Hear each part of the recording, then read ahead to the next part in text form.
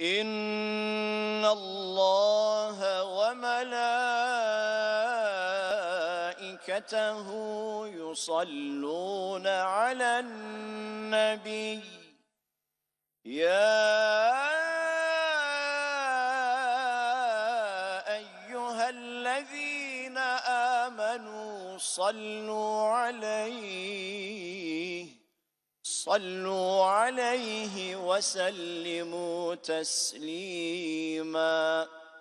اللهم صل على سيدنا محمد وعلى آل سيدنا محمد بعدد كل داء ودواء وبارك وسلم عليه وعليهم كثيرا. Right, okay. Assalamu alaikum rahmatullah.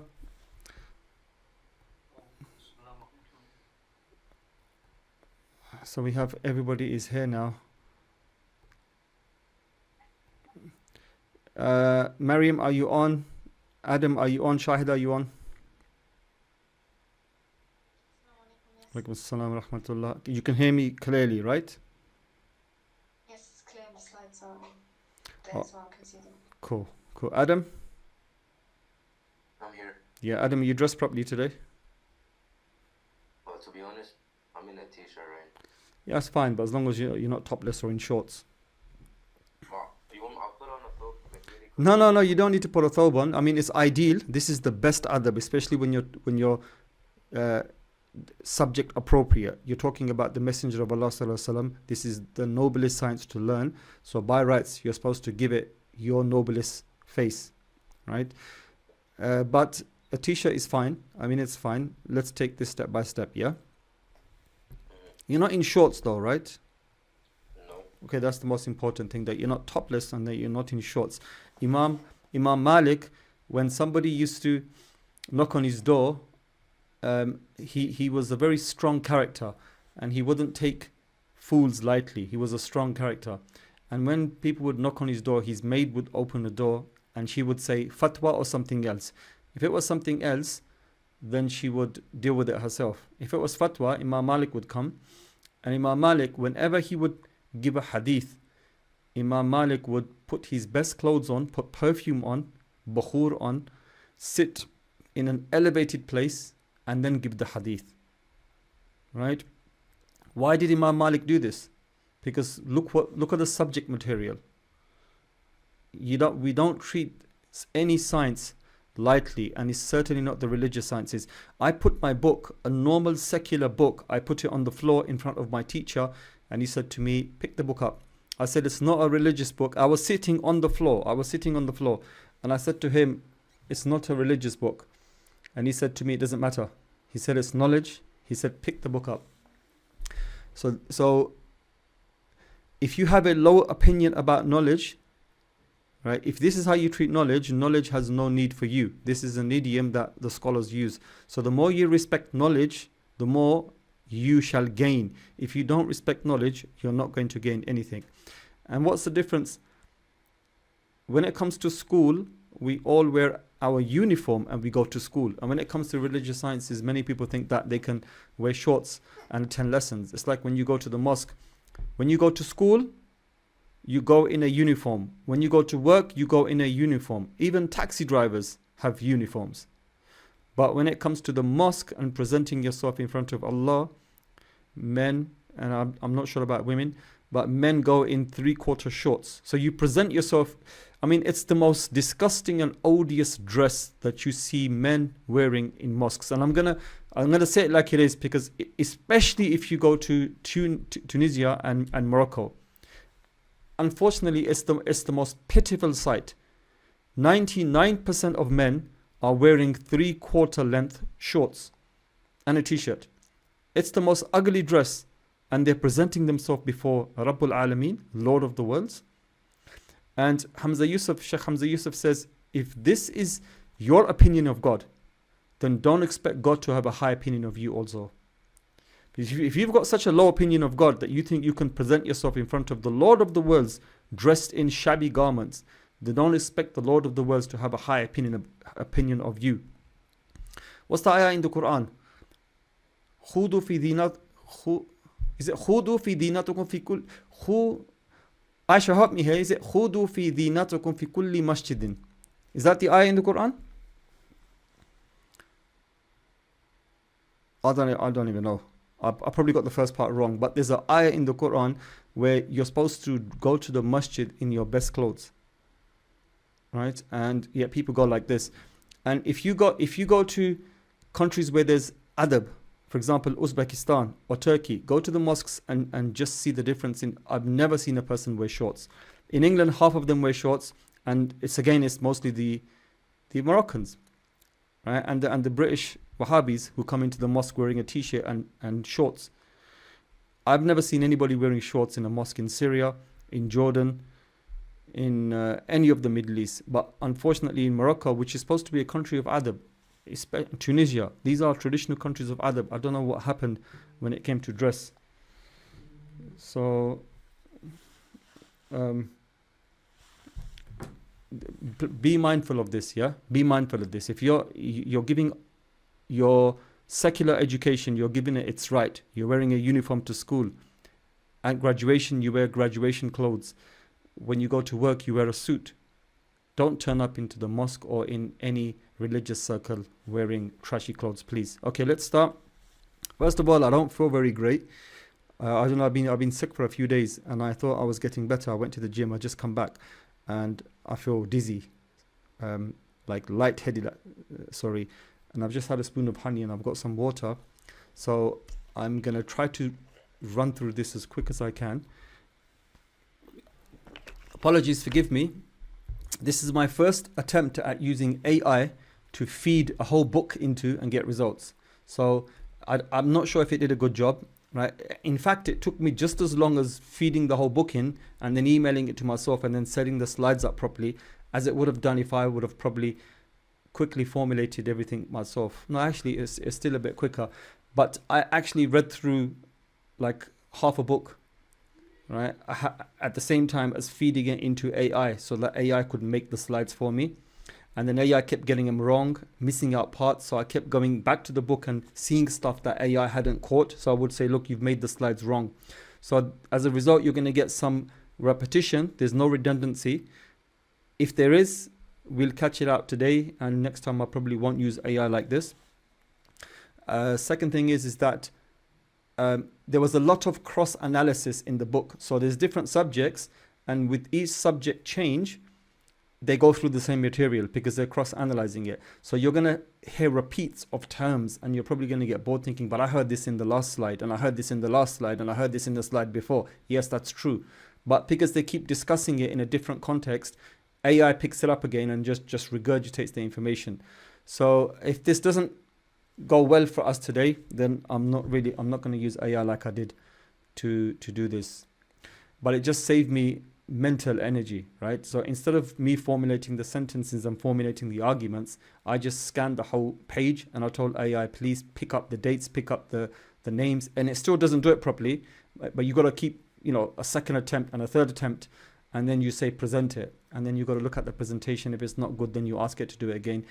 Anyway, AI is a tool, and if it's possible, it is the way forward. Everybody's going to be using it, so it is the way it is. Okay. Now, do you remember right in the beginning when I told everybody, I said I'm going to leave Meccan trade till the last? Who remembers this? I said I'm not going to touch Meccan trade when I do normal trade. When we did the normal trade of the Middle East, which included Rome, Persia, the South Arabian kingdoms, yeah, that's all it included, right? And we showed the trade routes and we showed stuff like that. We showed the main trading cities, but I deliberately left out Mecca and I said I'm not going to touch Mecca for a reason. Who remembers this? Come on, I need people to speak up. Yeah, vaguely, yeah. Okay, so today you'll find out why, right? There's a few reasons why, and we're going to try to identify. So you've been with me for 5 or 6 months now, right? So please, you should be able to formulate some answers, at least some answers. So we'll just read this again just to set the context.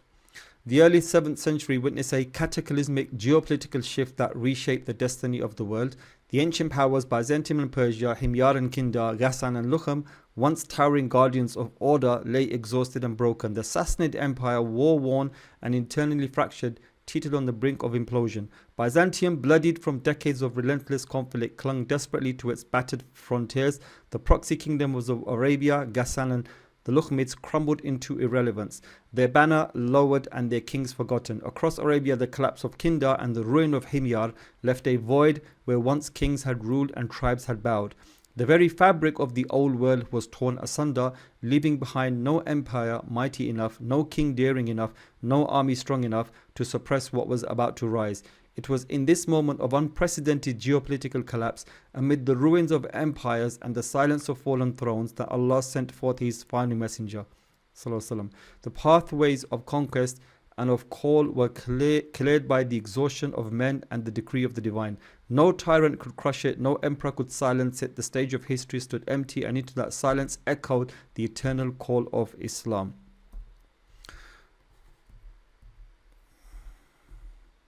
Okay, my camera is running hot. Let me just switch my AC back on again.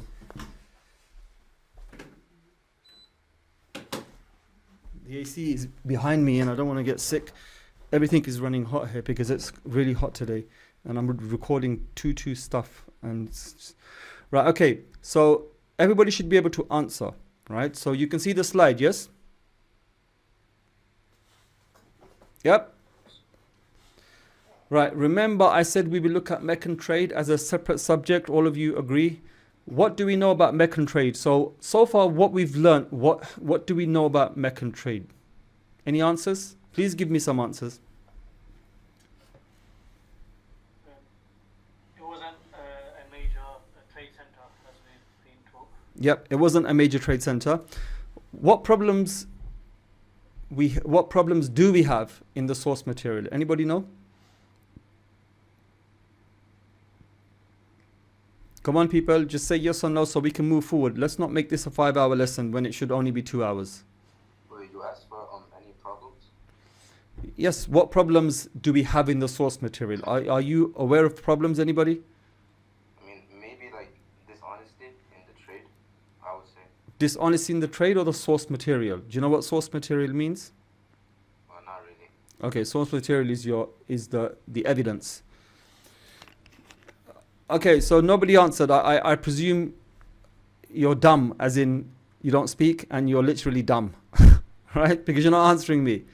How are we to understand Arab and outsider reports and history about Mecca, its origins and its trade? Does anybody know this answer? No. So this whole chapter has been kept separate from the rest of the lessons for a few reasons. One of them is that if you visually just look, we saw many trading cities. We saw Palmyra, Tadmor. We saw if there's anybody waiting in the waiting room, by the way, let me know, yeah, because I've got my screen up, so I'm not going to be able to see anybody here.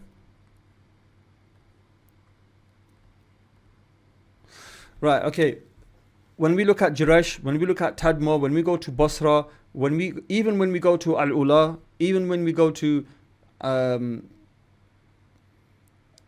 Didan and Taima and Khaybar, you can see evidence of market towns, market centers and trading. Please show me where in Mecca there is any evidence that it was a market town. This is the first problem. Despite what the Arab sources tell you, please somebody show me where there is any evidence in Mecca that it was a trading center. There is none. The second thing is there's a lot of Orientalist. There are a lot of Orientalist works. One of the most famous Orientalists is Patricia Crone. She wrote a book called. She wrote a very lengthy PDF article, probably over 100 pages. It's called Meccan Trade. You can read it. And she basically tries to rubbish altogether Meccan trade. And there's been a rebuttal written by some Saudi girl. She's a scientist or something. But I don't think that the rebuttal is that good. You can find the rebuttal as well. The biggest problem we have is some dating and proof of trade. And if Mecca was a trading city, why is it not mentioned in any record? Right? Today you're going to see stuff that came out of a whole book on trade, right? And it's not easy to find books or research material on Arabian trade because these are niche subjects. This book was translated from Hungarian, right? It was written in 1989, so it's possible the research is out of date. I already have my suspicions on some of the material, and I did challenge it, right? Like, how did I challenge it? When pages and pages and pages of information has gone into AI, and when AI gives you the translations, AI knows what's going on. So all of a sudden, AI is just regurgitating the information you're giving it. But you as a historian, don't forget, you're not going to buy every piece of information, right? If something doesn't feel right, you're going to challenge it. So at points, I would challenge it. And my challenge held valid. AI would say, your challenge is valid, right? And then it would try to reformulate. And then I would say, no reformulations. I don't agree with this. So the whole premise of pre-Islamic trade is supposed to be based on evidence and primary source material. We don't have the evidence and we don't have primary source material. All we have are Arab accounts, which Orientals don't even believe in anyway, right? But today you'll see I've referenced Arab accounts that tie in with accounts of Romans and other people regarding Arabian trade, but we don't have anything to do with Meccan trade. So we have to then formulate an opinion, put a hypothesis forward, and try to give some understanding and try to reinterpret for ourselves what Arabian trade actually meant and how big it was, if it did exist, right? I say if, I'm playing devil's advocate, maybe I shouldn't say this, astaghfirullah. Of course it existed, the Quran mentions it, right? So I need to be careful with my words, may Allah forgive me. It did exist, but how big was it, right? And what's the evidence for it? So this is the reason why I left this subject to the end, because you have to tackle Meccan trade completely separately. So from the Seerah books, what do we learn about Meccan trade? Let me switch the AC off, it's getting cold. From the Seerah books that everybody's read, right, what idea do you get about trade in Mecca? Come on, let's be quick, everybody. Let's be quick. I don't want to make this 5 hours. I don't have the energy today. And it's a boring lesson today as well. So you want to make it quick for yourselves, trust me.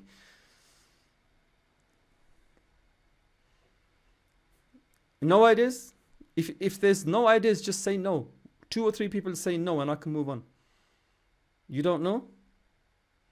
Did you not read in the Seerah?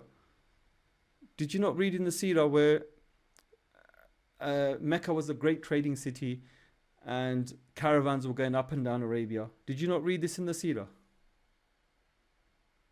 Hello? I'm guessing it was the pilgrims who came from far and afield, who brought with them some goods to sell on various stops, and in the central area of Hijaz. That makes sense. That makes sense. Okay, we leave it there and we look at the sources now. Okay, so we looked, last lesson we looked at how all the empires collapsed, right? We just briefly touched on it, even though it took 4 hours, but we just briefly touched on it. Today we're going to look at the details of how they collapsed.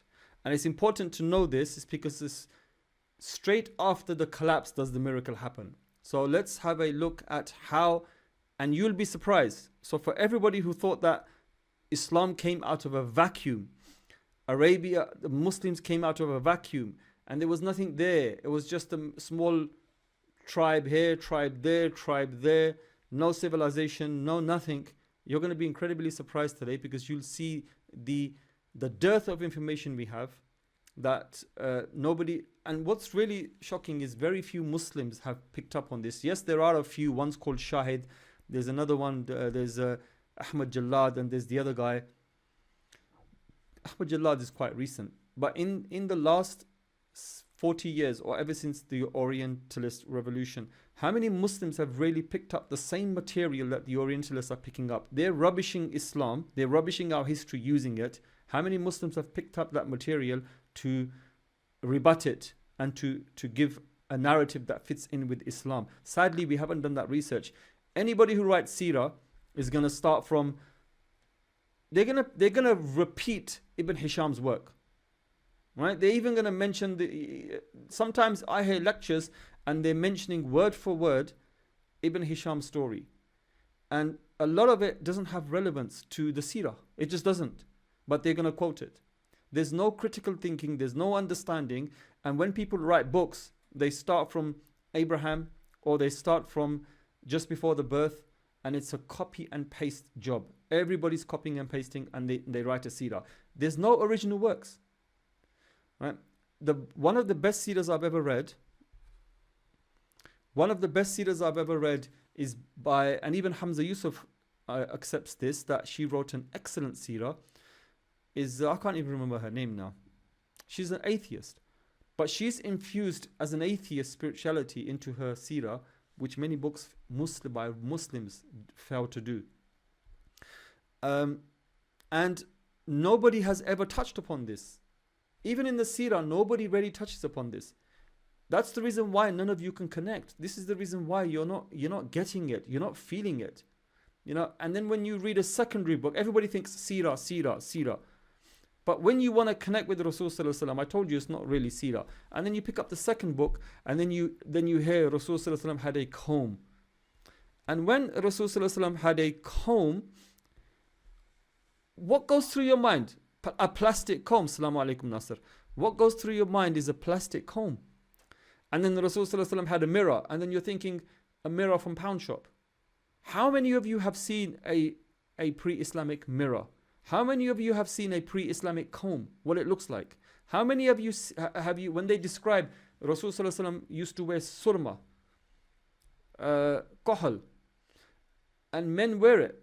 Many men wear it thinking it's sunnah to wear it. Actually, that's not the purpose Rasul Sallallahu Alaihi Wasallam wore kohal for. It was worn as an antimony. It was worn as some kind of medicine against some kind of eye infection or as protection from the sun. It was nothing to do with its beauty, so let's wear it. So all men, many Muslim men, especially from one country, no names mentioned, every man wears it, thinking, yeah, I'm following the sunnah. But how was the antimony made back then? How was it? What was it in? What was it kept in? Glass? Right? Like the clothes of Rasul Sallallahu Alaihi Wasallam. Have you ever seen a garment from that time period? Nobody will, they will teach you these things, but they won't marry both sciences together. So you're still left, you're not really connecting or feeling. There's a feel good. Yeah, I'm feeling it, yeah. And then that feeling, that spiritual high goes after a while. But if you've seen something with your eyes, touched it with your hands, smelt it with your nose, and known that this was the same thing that Rasul Sallallahu Alaihi Wasallam did, saw, then that memory lasts longer. And then you appreciate it more, because most people think that times were like hours. Right? So, okay, so the buildings were the same. There was just no AC in there. All right, okay, so what about the carpet? Was there a carpet there? What about underneath the carpet you have chips? Was that there? What about the tiles? Did you have tiles? What was the base material? Nobody knows. Oh, then somebody's going to say, oh yeah, it was mud. Okay, then what was on top of the mud? This is all essential. All of this is essential, and this is how it should really be taught. And Muslims should be doing more work instead of the Orientalists. So this book is entirely an Orientalist book, right? So many things I question, but let's go with it and just be critical and mindful of it. But Muslims should really be doing this kind of work and not letting the Orientalists do it. But I don't know why Muslims, we've got many PhD candidates who can do theses like this. And I have come across the rare thesis by a Muslim. There's a PhD thesis that I can send you that I use for my research by a Muslim. It was from Durham University. I used bits of it to make this, but then I found a thicker book, And I just used the book and I've only gone through half of the book because the most essential part I haven't touched yet. So let's go. So I'm going to read a lot. We're just going to try our best to bypass it as quick as we can. Just fix it into your head, right? Just fix it into your head. So you know the milieu of Rasul Sallallahu Alaihi Wasallam. What was happening around the times. What was going on. What was Arabia like. It wasn't a sleepy dead zone. Bereft of religion, bereft of culture, bereft of science, bereft of language, bereft of trade. And it was just an empty place, and there was just a caravan going from the south to the north. It wasn't like that. Today you'll see. Alaikum assalam wa rahmatullahi wa barakatuh. So the roots of trade between the Mediterranean world and China, India and Yemen and the eastern coast of Africa go back to antiquity. We mentioned this in the first slide. The main receiving markets were Rome under Augustus and later Byzantium, its successor. So it was a huge market. The market was even bigger than the Persian market. In the first 2 centuries AD, Rome tried to actively control the trade through the Red Sea and Indian Ocean, deploying its own merchant navy. After the Antonian dynasty, Roman power declined and control over trade diminished. The decline led to the increased importance of Arabian intermediaries, especially Mecca. I've just set the scene, but Mecca is very briefly going to be mentioned in today's lesson. So the role of Iran and the middle power. After Rome, Iran, Sassanid Persia became Byzantium's main rival. Though Persia was not equal in wealth to Byzantium, its strategic location gave it influence over the transit trade. Minor regional states also practiced in this trade: Abyssinia, Yemen, the Ghassānids and the Lakhmids. These states could not sustain fully independent control over trade and relied on their allies with major powers. Okay, that's fine. Assalamu alaikum. So dependency on political alliances. So there was a lot of political alliances going on in the Middle East. Participation in the East-West trade was not merely economic, it depended on diplomatic relations with Persia or Byzantium. For example, the War of 421 AD was sparked by Persian Christians fleeing to Byzantium. The 5th century was largely peaceful in Iranian-Byzantine relations, and then it deteriorated in the 6th century again. Iran's war with the Qians. So this is Iran's history. That's on the other side of what's happening, right? Remember I said to you that Persia and we call it Iran, right? It wasn't called Iran back then. Persia and Rome on its northern borders were always fighting barbarians. And on the southern borders, they had problem with Bedouin tribes.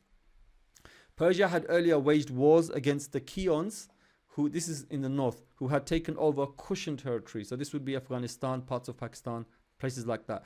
These wars, and Central Asia.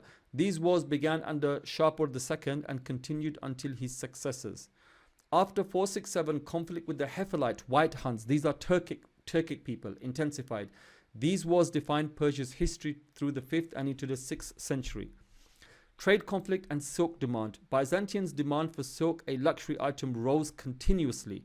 To avoid dependency on Persian routes, Byzantium sought alternative trade paths. Attempts were made to gain direct control of trade in the Red Sea, such as the island of Iotob under Leon. So they even controlled islands in the Red Sea to control the trade, because that's how much it was all to do with trade. Everything that was going on in the Middle East for thousands of years was all to do with trade. Byzantium also sought to win over Arab intermediaries economically and ideology. Economically would be, hey boys, work with us, we'll make you rich. And ideologically would be, we'll make you a bit civilized and we'll give you Christianity as well. Strategic policies of Byzantium and Persia. Byzantium's policy of winning third world allies marked the 6th century. So I'm not really going to touch on ancient trade. I'm just looking at a few generations before Rasulullah, max 100 years, sometimes going back 150 years, but really we're looking at just the few like 2 or 3 generations before Rasulullah was born. We're zoning in now. So Byzantium's policy of winning third world allies marked the 6th century. The aim was to weaken Persia's grip by strengthening ties with Arabia. Persia retaliated with its own regional alliances. The Arabian Peninsula became a proxy battleground for ideological, political, and economic rivalry. Right? So this is what nobody mentions to you.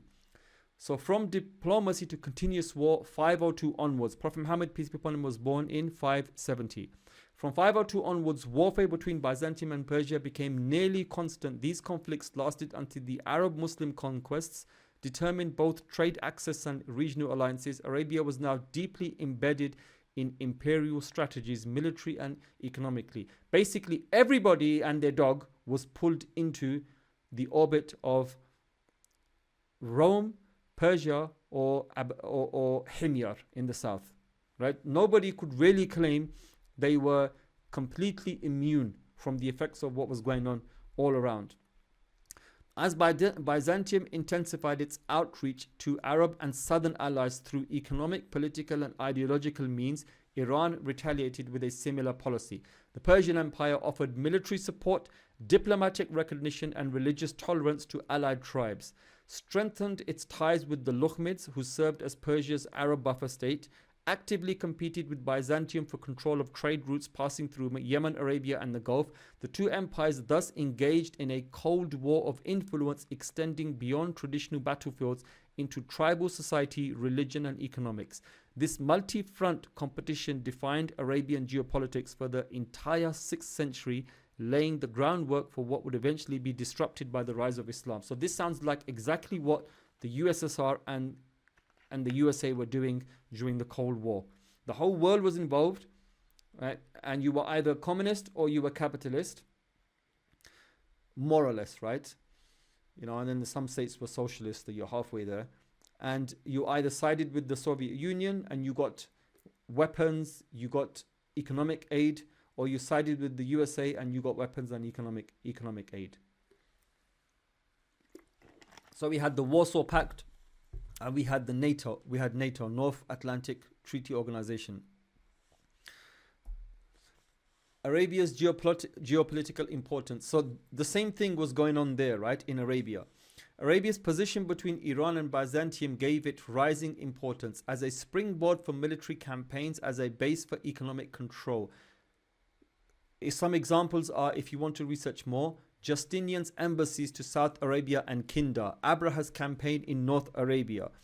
Did you know that Abraha also invaded as far as Kinda and almost to Luchem in the Najd? He raided and destroyed tribes over there. Were you lot aware of this? No. Okay, good. Yeah. The struggle over Yemen. Arabia was now seen as a critical transit zone, a land that could no longer be bypassed. Abyssinian conquest of Yemen and Byzantine expansion into West Arabia. The Abyssinian conquest of Yemen, which is 525, was a major success for Byzantium. Yemen was critical for three reasons. It connected Byzantium to Abyssinia and India via maritime trade. It was a source of incense, a valuable good in east-west commerce. It served as the southern gate to the incense route, which passed through West Arabia. By defeating the Himyarite kingdom, a long-standing Persian ally, Byzantium effectively eliminated Persian influence in Yemen, opened up West Arabia as a secure trade corridor, and gave rise to Western Arabia's first true prominence in world trade. Today we've got, for example, Ukraine, right? So Ukraine, they wanted to align Ukraine with, you know, the USA-built alliance. That includes many of Western Europe and Eastern European countries. Russia didn't want that. Russia said, Ukraine's on our border. Yeah, we can't allow for this to happen. So Russia's invaded Ukraine. So the same kind of things were going on there. Abyssinia invaded at the behest of Rome. Right? Why would Abyssinia do that? For sure, Rome was giving it something. And why did Rome want it invaded? One was the religious region. The second was the economic reason. They wanted to control trade. So every war you see now is all economic. So diplomatic missions and strategic struggles, 529 to 547. By the 530s, Byzantium foreign policy focused on cementing control over Arabia through alliances, not colonization. So in the early period, isn't that what the USA did? Boots on the ground. Now it's no longer about boots on the ground. It's an economic and information war. when it comes to many countries, right? First, it's always boots on the ground. Later, they have a soft war. They no longer do that. Then they change strategy. So by the 530s, Byzantium did it through alliances and not colonization. We are not free. Muslim countries are still not free. We're still colonized, but we're not physically colonized. We're intellectually and emotionally, economically colonized. So their goal was to create a unified coalition of Abyssinia, Himyarite and Arab tribes against Persia. Doesn't it sound familiar with what's happening in the Middle East today? With Iran trying to stranglehold the Wahhabi kingdom in the middle, Yemen, which is Shiite in the south, and then there was Hezbollah, Syria, Shia, and Iran, Shia, and Iraq, Shia. Saudi Arabia is completely surrounded, right? So, and the same thing is being played out now. What was being played out back then? All wars, everything is the same. I'm just giving you modern, what's the word I'm looking for? Comparisons or stuff that's happening in modern times, and just giving you the same for the past. So in 529, Emperor Justinian dispatched an embassy led by Julian, joined by Nonsos, to the Abyssinian Emperor Ella Esbaha. So the fact that they're sending an embassy, either they're desperate for something or they want to open up trade. The goal was to create a unified coalition. Okay, so as part of this mission, Sumyafa Ashfa, this is a Himyarite name, was appointed Himyarite governor under Abyssinian rule. Abraha, Abyssinian commander, would later lead a major military campaign. So as a part of this deal, Abraha went romping through Arabia. Walaikum assalam wa rahmatullahi wa barakatuh. Aisha, no problem, it's okay. Though the alliance failed to fully materialize, it showcased Byzantium's desire to extend its influence into Arabia through diplomacy and proxy forces.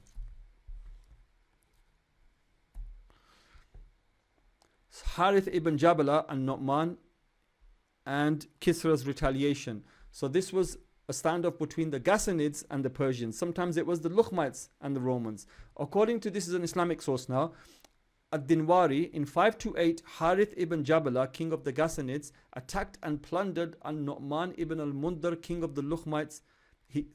So the two vassals are attacking each other. The Sassanid emperor demanded repatriation from Byzantium, compensation for the death of al-Nu'man, the return of looted goods, the punishment of Khalid, a Ghassanid commander. The Byzantians obviously ignored this. In response, Kisra prepared for war and invaded parts of Arabia under Byzantine protection, showing the vulnerability of Roman influence in Arabia. Right. A bit more on the Ghassanid and Lakhmids. We're going to have a lot more on them, by the way. By the mid-6th century, Arabia had become a theatre of proxy conflict between Byzantium and Persia, fought through buffer states. Ghassanids, of course, we know the name now. The Lakhmids, we know the name. These powers maintained trade routes. So these were essential because they controlled. Arabia is lawless without these guys, right? These guys would make sure that you could get from one place to another place safely, right? Because they controlled vast territory and they had power, and they would punish any marauding Arab tribes. You had to be parts of various NATO pacts, Warsaw pacts, right? In Arabia, if you weren't, and if you were a lone shark, they'd get you, right? So these powers were essential for maintaining trade routes. They defended imperial interests and acted as military agents in larger conflicts. Byzantium never ruled Arabia directly. It influenced the region through diplomacy, vassals, and tribal leaders. The same way the USA doesn't directly rule the Middle East, but it's ruling the Middle East through all its rulers, through diplomacy and its leaders. The conflict between buffer states shaped much of the Arabian political landscape just before the rise of Islam. What were the roles of the buffer states? I already told you. I wanted to ask you lot these questions, but I've done it myself. Buffer states were not born from internal socio-economic needs, but were artificially created. So just like now what Israel is doing by creating a buffer zone in Syria, and it's all of a sudden turned into a defender of the Druze on the Syrian side, right? And it's only doing that because it can, because Syria doesn't have an army at the moment, right? And it's really sad what's actually happening there at the moment. But just like what they're doing now, this is the same thing that's happening, right? So these are buffer states that are created deliberately so that they can use those buffer states to push back, whether it's economically or whether it's military-wise, other tribes that are beyond that. Their prime purpose was military and ideological alignment, not local development. So just like the British, when they were in India, they only developed the infrastructure in so much as they could loot India more. The French cared less to do that, the Germans even less. In fact, they had more, they did more genocides and human rights infractions than the British did, even though the British were heavily involved in that as well. But the infrastructure you can see in India today, it's only there so that the looting could be more efficient, right? So this is exactly what happened with the Arabs. With the Romans and the Persians, they couldn't care less if they were investing money in certain areas or something. It was so that the trade could be more efficient and more coppers could go in their pockets. When external pressure ceased, these political formations disappeared with minimum resistance.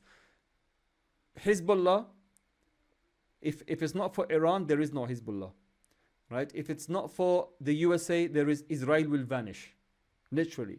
So this is, just think the same thing. If it wasn't for those superpowers, these groups that are being supported, they would vanish. And that's exactly what happened. When the superpowers weakened, all these groups vanished. However, during periods of Byzantium, Persian hostility, these buffer states became crucial players in Arabian geopolitics. So it's like when the Americans are giving money to the Kurds and saying, go and fight. Right? So the Kurds today have American financing and American money and American weapons because they were supposed to fight against ISIS, right? Because it served the purpose of the Americans. They wanted to destroy ISIS, so we're not gonna, you're not supposed to give weapons to a country that's already war-torn. But if it means that ISIS is going to be destroyed and they're not going to come and bite us in the back, it's better to give money to an enemy here so that they can destroy that enemy. And not to say the Kurds were enemies, but meaning that America didn't really have an interest in the war as much as it's had in Iraq and Iran, in Afghanistan. However, during periods, okay, that's fine.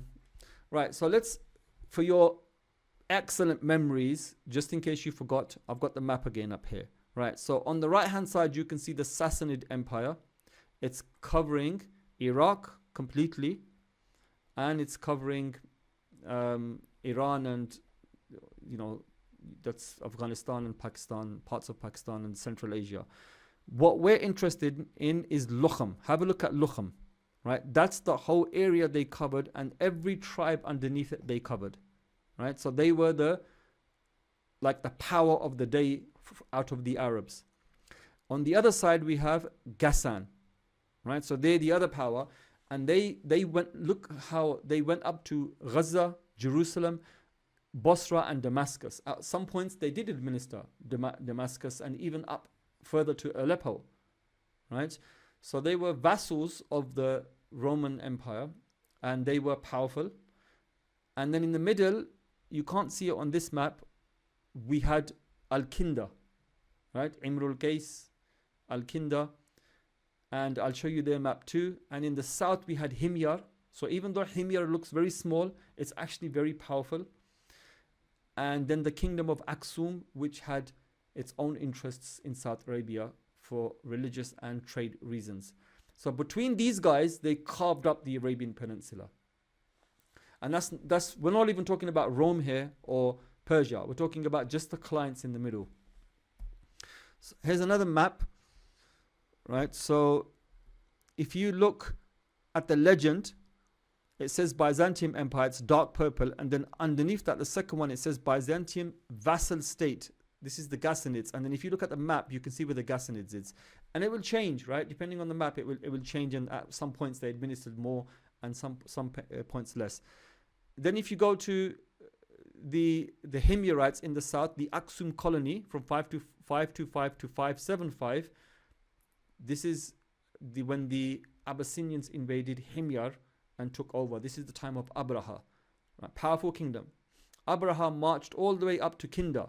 If you look in the middle now, you can see it says Kinda.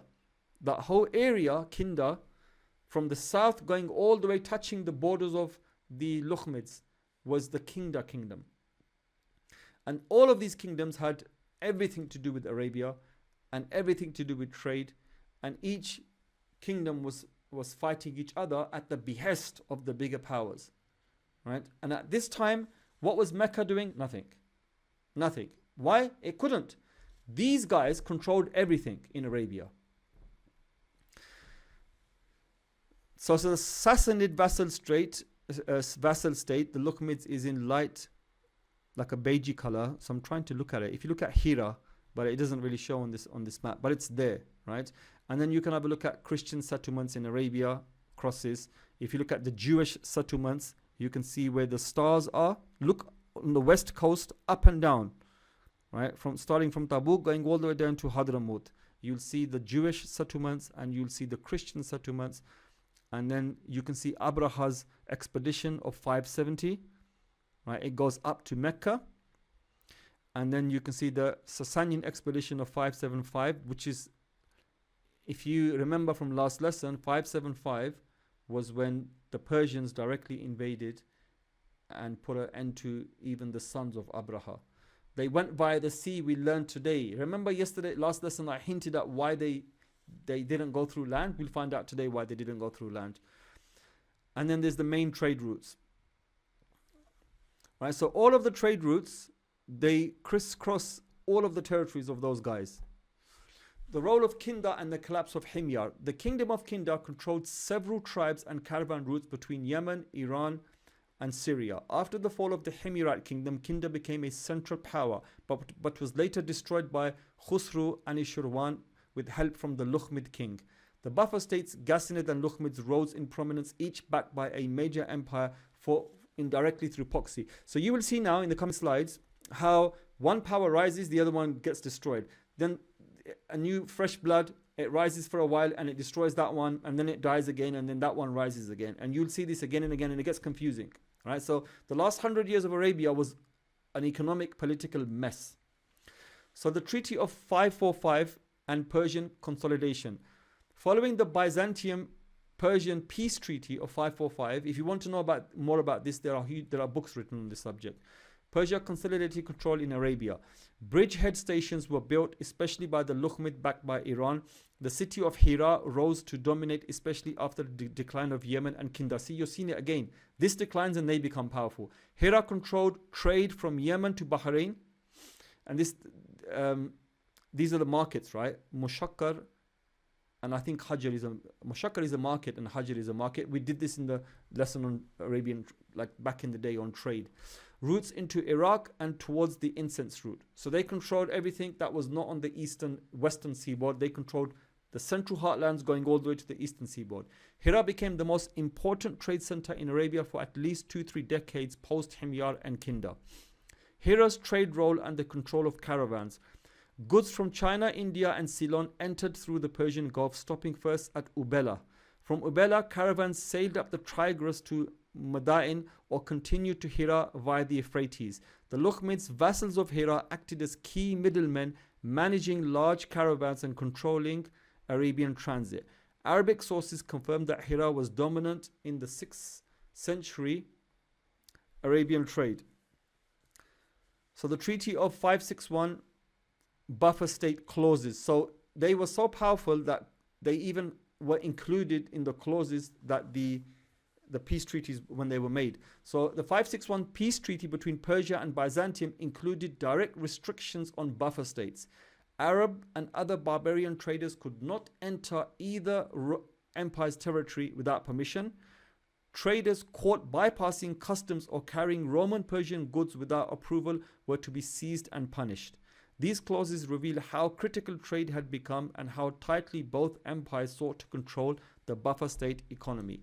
Hira's supremacy and the decline of the buffer states. A South Arabian inscription from 547, this is going to be mentioned a few times, and I've even shown you this inscription before, confirms the supremacy of Al-Hira over the Ma'ad tribes, showing Hira's deep reach into the peninsula.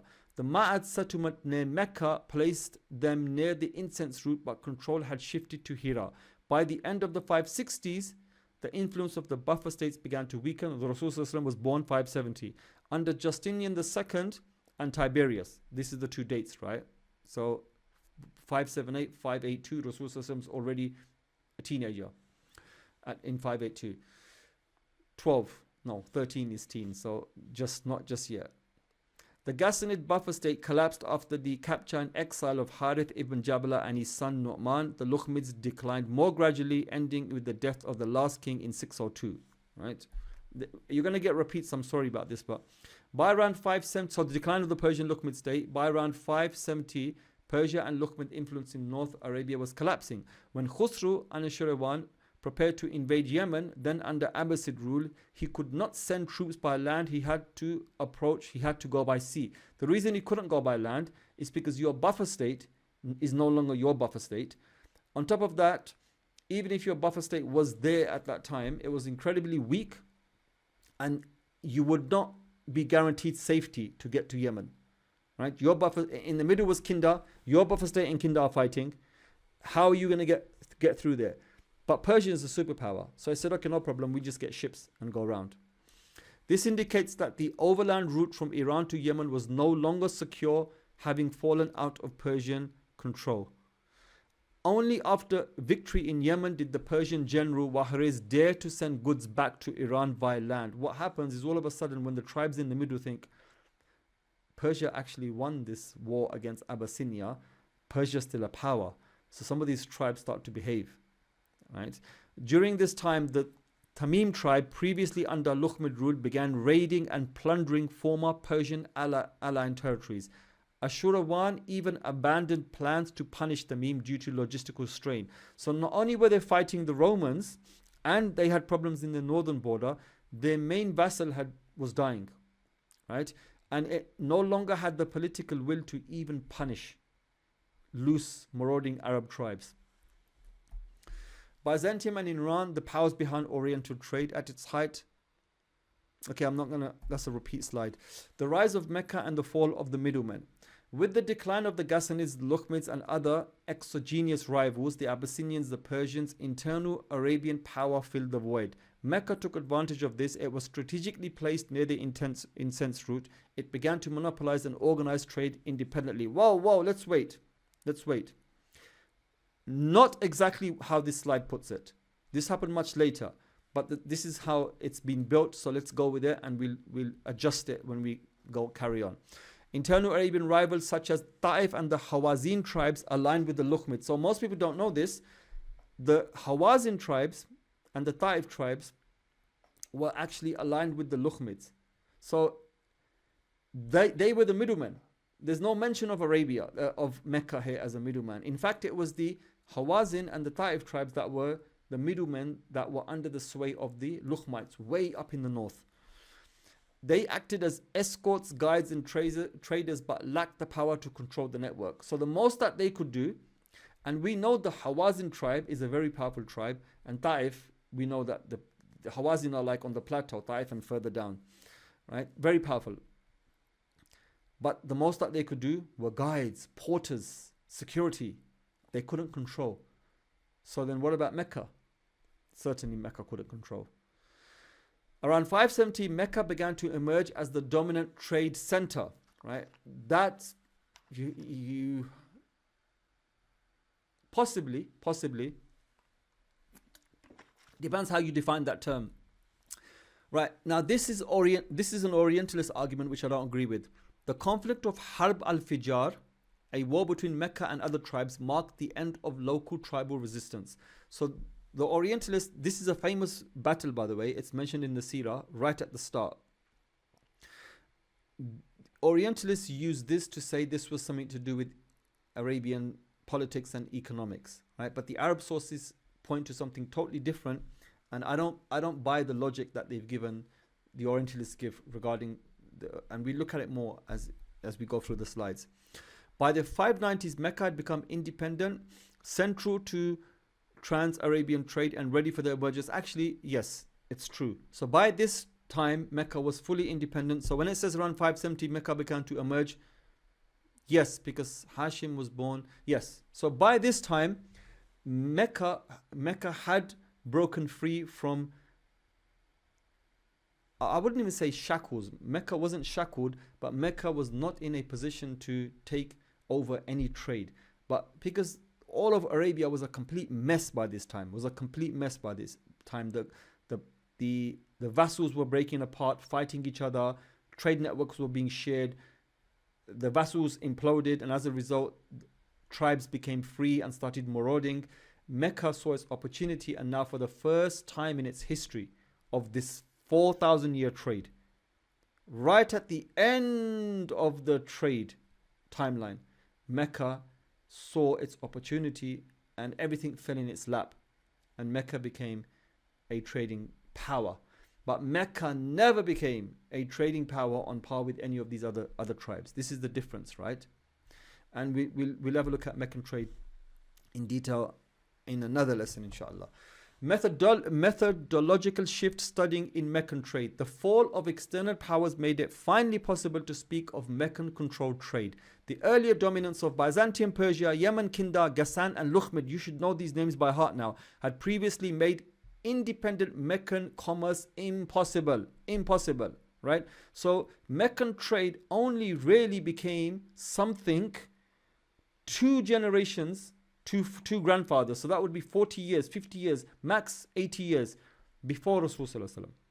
That's it. So before that, you'll see that, I don't want to spoil it for you, we just naturally move on, right?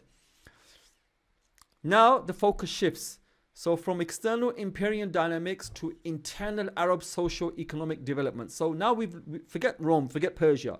Let's focus on what was really going on in the interior. This is the interior that everybody thinks is a blank canvas. This is the interior where people think nobody lived. There was no civilization, there was nothing. Let's really see what was going on there. All right, this is going to get boring now. So the 126th year and the rise of the buffer state. So from 502 to 628. This is 628 is 2 years before Rasulullah passed away. Right? 502 is a crucial date for Mecca. Right? That's the rise, around this time is the rise of Meccan trade. A long and destructive war between Byzantium and Persia began in 502 and it continued until 628. So this is a 126-year war. Gaza and Israel, not Gaza, Palestine and Israel has only been about 75 or 80 years now, right? It started under cowards, and Anastasius, and devastated major zones such as Syria and Iraq. After the 527-531 peace treaty, the Ghassānids and Lakhmids emerged as foremost. So when this treaty was signed, the two empires decided to empower these Arab tribes and they crowned them kings. Right? That's how all of a sudden, these tribes just didn't arise themselves, right? They had patronage, they were artificial entities. Their responsibilities expanded beyond military defense to include trade management and diplomatic activity. The 540-545 war began with conflict between the Ghassan and Lakhmids. So these two fought each other, fighting over control of the Strata di Clotenia, a vital trade route south of Palmyra. This is the same route that goes up to Basra, Damascus, and from Damascus it carries on to Palmyra, Aleppo, and then it goes to Constantinople. It's all one line. Even today, if you look at the map of Syria, it's just one line. It literally goes from Turkey, one road, and that same road goes all the way down to Yemen. Just one road. So the 5-4, okay, under Emperor Justinian, who was engaged in a project to reclaim the Western Roman Empire, peace treaties were signed in these 3 dates. The famous treaty of this date included a clause, as preserved by Tabari, regarding regular tax payments to Persia and annual taxes to the Lakhmids, revealing how embedded the Lakhmids were in the flow of Eastern goods. So Persia was taxing as part of the treaty, and also the Bani Lukhm were also taxing the Arabs. And they were taxing Yathrib. Right? Most people don't know this. Right? As far down, so Mecca's just below Yathrib, right? So you can imagine Mecca was not what you imagine it to be, And Quraysh wasn't what you imagine it to be. Right? These were the powerhouses. These were the big boys. And it's only when everything collapsed that Mecca raised its head. Right? Before that, Mecca was, we could talk more about Mecca, but I'll just say one thing. We think it wasn't even a city of bricks. It was a tent encampment. Before Qusay, it was a tent encampment. So it was an insignificant place that was only for pilgrimage. And that was it. No trade, no anything else. Right? The whole world bypassed it. It was just for pilgrimage, and it was one of many pilgrimage sites in Arabia, as we looked at when we looked at the one on the lesson on religion. Right? And don't forget, the Kaaba was very small. Right? It wasn't as beautifully decorated as it was now.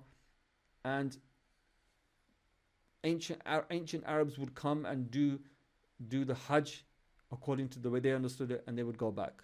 And that's it.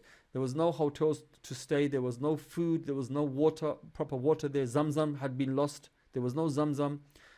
It was a very tiny place, not the place that we know of it now. Even in modern times, when people went Hajj 40, 50 years ago, Hajj it wasn't as busy as it is today, right? I did Umrah in 99, and I swear to God, I was one of a handful of people doing tawaf.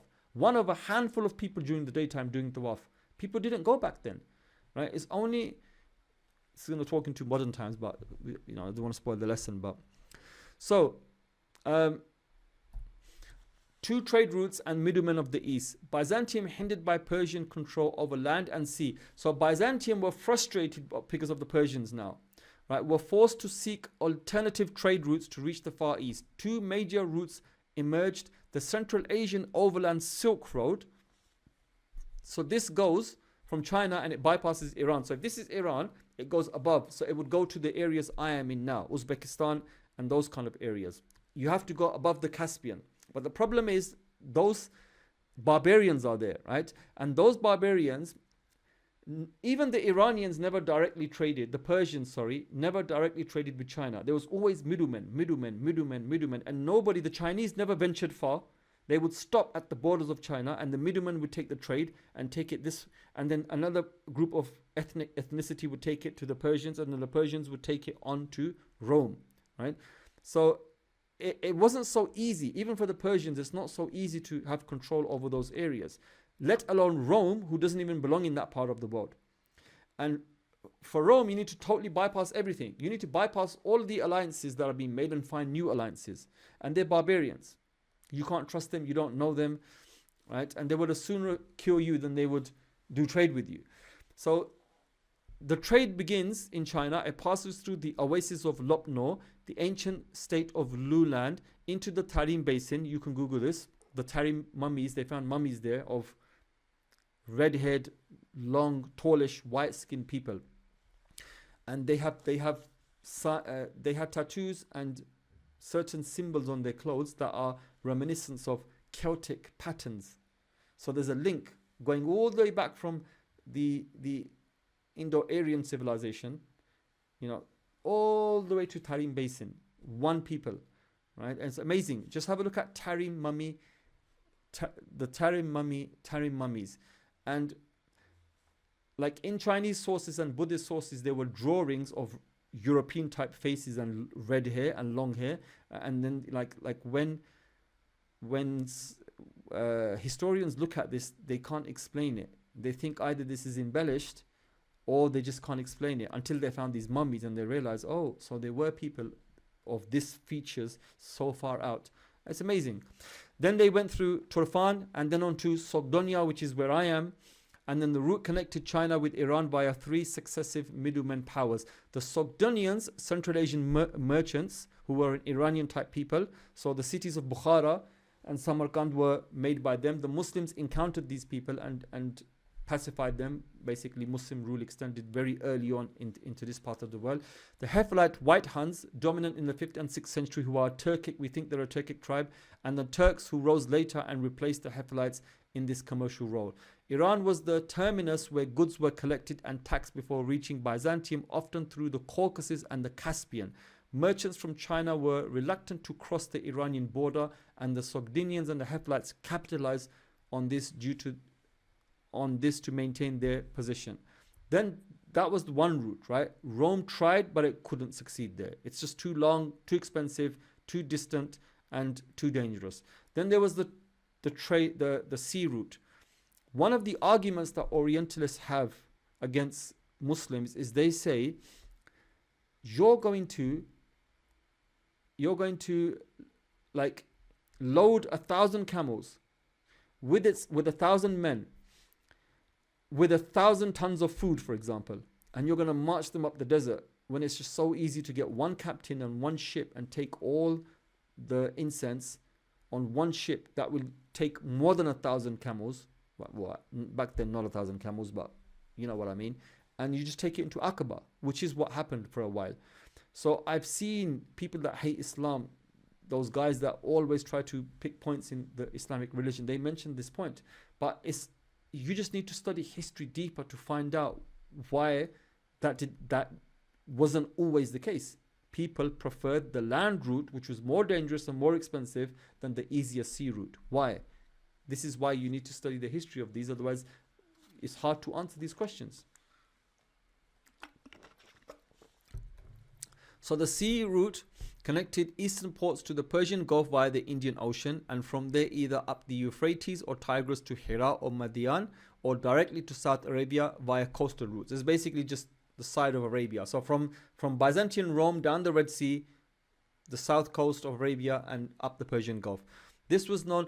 The Byzantines would try to even go as far as China, but the Persians had the British would call them factories. So like Pondicherry in India, we have Calicut, Calcutta, and we had Bombay, right?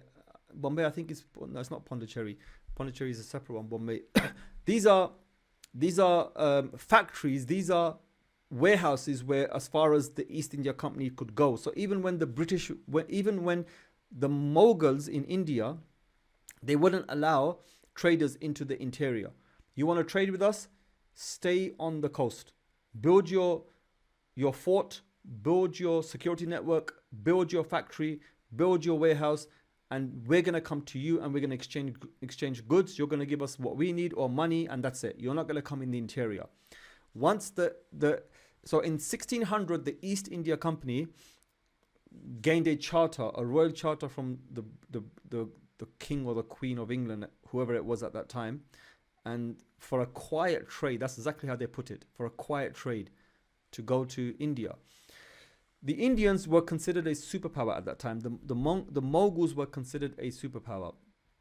And there was one point where the British had broken some rules. They weren't supposed to do something. So what the Mughal emperor did is he marched his ships down, if you want to use the word marched his ships down the coast of Arabia, of the west coast of India, and bombed their factories, right, from the sea, because they're on the coast. And then they broke in, they arrested the British emissaries and all the important people that represent the king or the queen.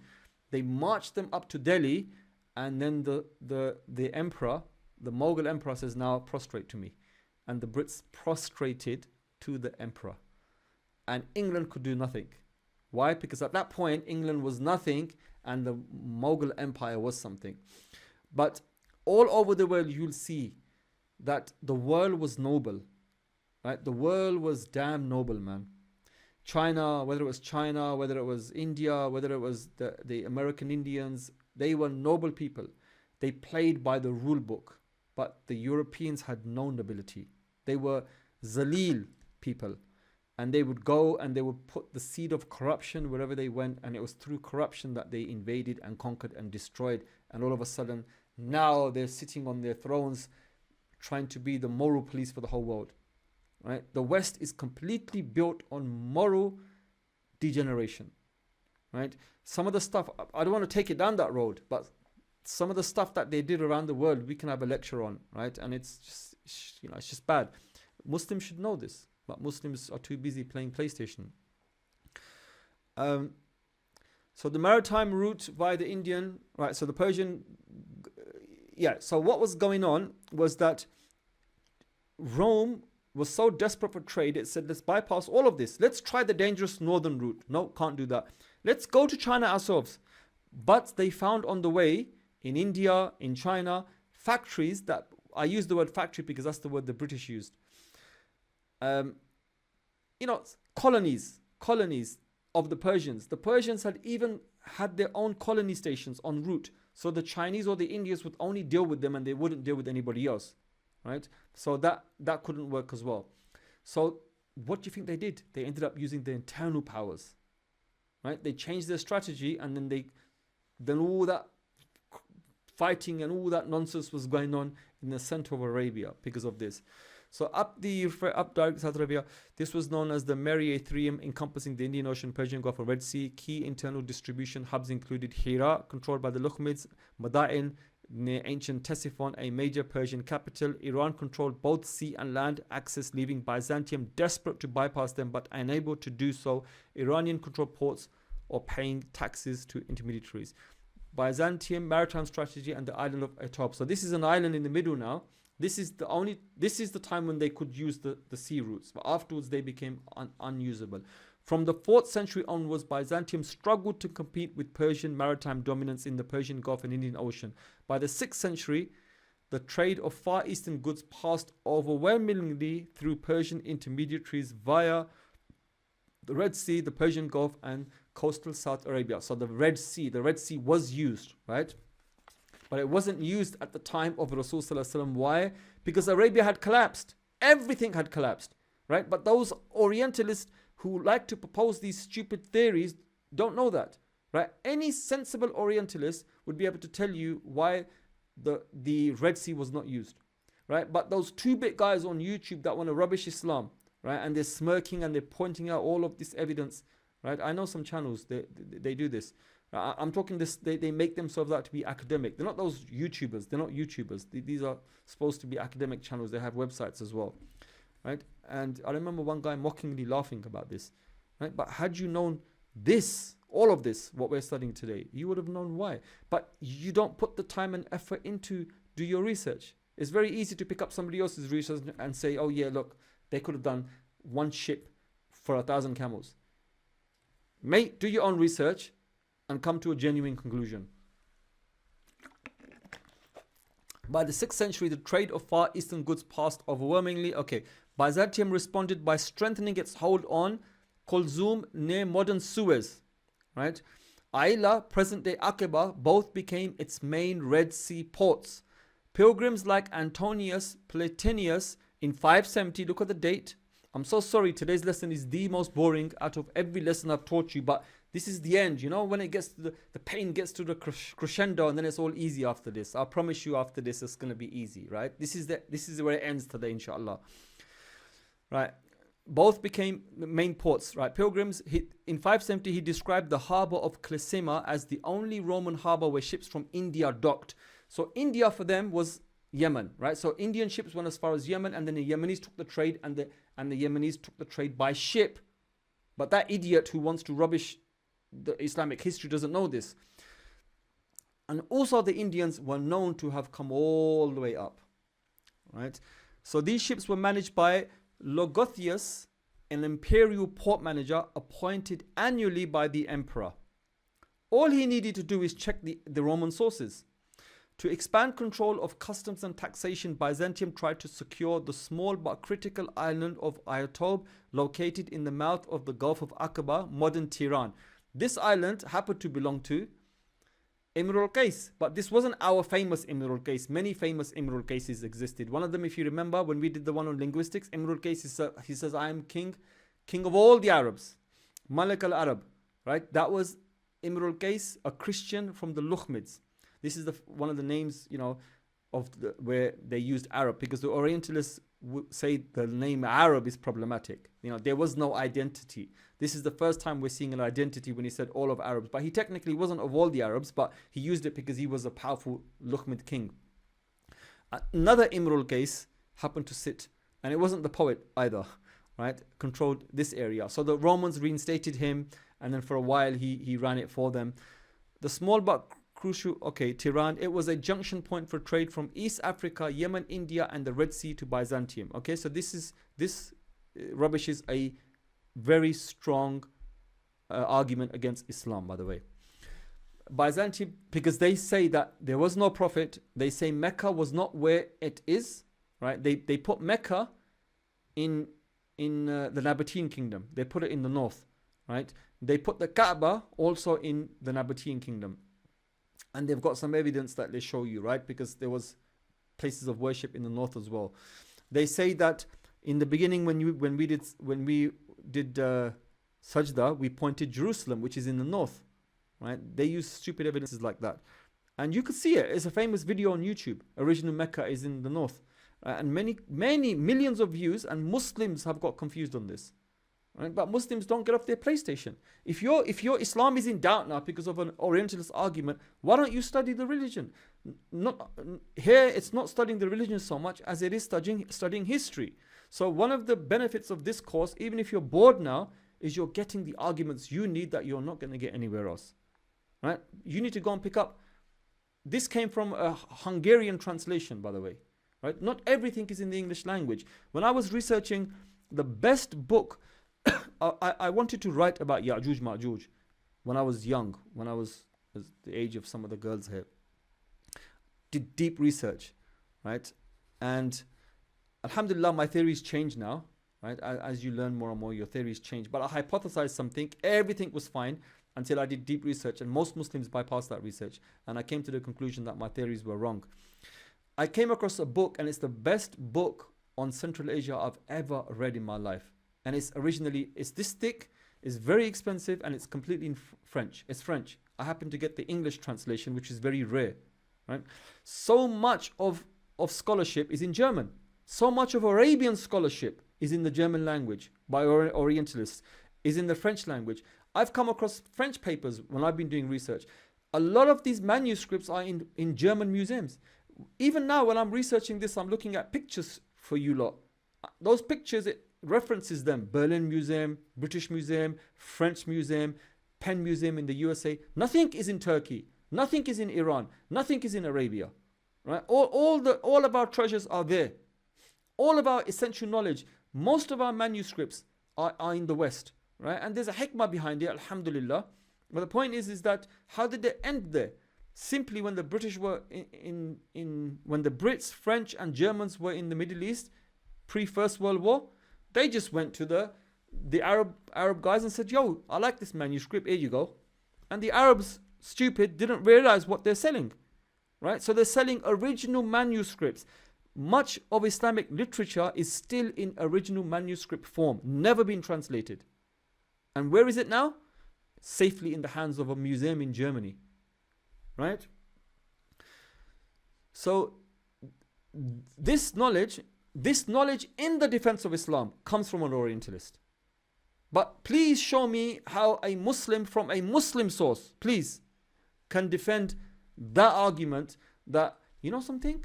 Why did the Muslims not use the sea route? Why did the Abyssinians not use the sea route? Why did the Himyarites not use the sea route? It makes perfect sense. You got one ship. No, you don't need to pay off anybody. You don't need to have security. You don't need to bribe officials. You don't need to make 6-month preparations. Right? You don't need to carry extra food with you for the camels and for yourself and water and people dying. None of that happens. You just pay a merchant navy vessel, a merchant vessel, and load up and say, I'll see you in Aqaba. In Aqaba, you have the agents of the Romans. They take the trade. They send payment back. You've been paid, like what's happening today in the world. It makes perfect sense. You know, everybody should question this and say, yeah, it's true. Why is it that the Muslims didn't do this? Why are they having caravans going up and down? Why is it that this great, massive, thousands of year old trade, why is it that they're not using ships? Right? And the argument is that they did use ships and there was no Mecca. Mecca was in the north. There is no Muhammad sallallahu alaihi wasallam. And there was, if on an off chance Mecca did exist where it existed, there's no trade. And they will cite you evidence. such as, please somebody show me Mecca as a trading city. Please somebody, in everything here, by the way, that I've not referenced anything, but you want to see the references, by God, I can give you half of the damn book is references. I'm not even joking, right? Discussing everything. There's no there's no mention of Mecca. So this is what the Orientalists pick up. Where is the defense from the Muslims? You know, even the guys today who are supposed to be at the forefront are busy cussing each other. You know, low level, you know, oh, let's have a, you know, the Kalam cosmological argument, the existence of God, right? Which people like to watch, but they don't really understand. You know, the ontological, the teleological, and let's talk about this, and then let's talk about particulars and cusp, and let's talk about accidents, and all of this philosophical stuff, which go past, 99% of it goes past everybody's head. But it looks nice when two people that you look up to, YouTubers, know some of this science and they're arguing and you're not understanding, but they're smiling, thinking, go my boy. But this is argumentation amongst proper academics who are actually saying, we're academics and we're telling you, Habibi, there is no Mecca. There is no Muhammad Sallallahu Alaihi Wasallam. Right? So you have to fight fire with fire. But instead of doing the research and putting something out there, Muslims are literally, you know, like making noise somewhere else. And yes, there's a need for that, right? But that market is saturated. There's a need for this. And you've got loan sharks, and loan sharks are not heard. Nobody wants to listen to an academic. But if everybody masters this, then you'll shut up the academics very quickly. You'll shut up anybody that wants to read the academics and wants to argue with you, because this is another line of argumentation, right? You know, we've saturated the market of let's prove the existence of God by the Kalam cosmological argument, right? Or the design theory. We've saturated that market. This is still a gaping hole, and the Orientalists are still working on this. And the Orientalists have softened their attitude in recent decades, not because of a rebuttal or pushback from the Muslims. It's because they themselves internally have decided to soften and say, you know what, let's stop the hate, let's stop the bias, let's stop we deliberately make a hypothesis that's wrong, and then we attempt to prove it, and then we do prove it, and then, oh yeah, you know, they're being more truthful now to their art, right? I asked for evidence from AI, right? Because something didn't seem right while I was making these slides. So I asked AI for evidence, right? And AI gave me two names of Orientalists, and I rubbished them: Patricia Crone and Robert Hoyland. Robert Hoyland's book, Arab and the Arabs, I told you lot to read. But Robert Hoyland is one of the prime students of Patricia Crone, right? So I said to AI, I said, get over it. I said, you're giving me Patricia Crone, you know, a controversial, and her foremost student? And then AI, being AI, it makes you feel like it's bloody human, right? And it says, oh, I'm so sorry, yes, you're right, blah, blah, blah. And then it pointed to Tabari. I said, Tabari I can accept, but please don't ever give me Patricia Crone and Robert Hoyland as a source that I can rely on, because they're of the Orientalist school, and their whole claim, Haigerism, is to rubbish much of Islamic history. And what ties in with, can you hear me, by the way? Yeah? Right, because I'll touch this. So what ties in with this is the Quran, because they say that you have no original Quran, right? And they use evidence. There's a Quran in Yemen they found in the rafters of a building. It's called the something palimpsest or something. And on that Quran, it's clearly you can see that the previous writing, it's on vellum. So traditionally, like prayer books, Christian prayer books and prayer pages, you can buy a book of, what's it called again? Book of Colors or Book of Mourning or something. They're beautiful to look at. I wanted to buy one. It's a Christian prayers. You can't buy them, but I really wanted to buy it and stick it on my wall because it just illuminated beautifully, even as a Christian thing. And it's all vellum. So vellum is like, it's jild, it's leather. You know, they just make it thin and you write on it. So it will stay for 1,000 years. It's not like paper. So they found this after 1,200 years. And they could see that whoever wrote this had wiped off the Arabic and wrote another Arabic on top. And we've got ways of seeing what was written below. And they're two different versions of the Quran. And they said, this is the oldest manuscript we have, and it's not the Quran that you lot are reciting. In fact, it's been changed. And this was a big thing 4 or 5 years ago, right? The biggest attack, atheism is no longer an attack, man. We've saturated that market. This is an attack about the Quran, about your Prophet, about Mecca, and stories like Surah Fil, Sana Palmcest. Well done, Nasser. Thank you so much for that. Appreciate that. Yes, right. So that if you don't know about ancient sciences or about the preservation of the Quran, you're in trouble. In fact, what they're doing today is they're showing you the different qira'ah, which most people didn't have a clue about. They're showing you the differences between the qira'ah and the sab'a haruf, right? And most people didn't know this, and even today if you speak to most Muslims, they're like, whoa. And hardly nobody can give you a correct answer as well. In fact, there's a Pakistani, what's his name again in Pakistan? Who's that Pakistani academic? There's a really famous Pakistani academic, he's small beard, he's not like the mullah type foaming at the mouth. He's quite calm. He's slightly mutazilite in his belief.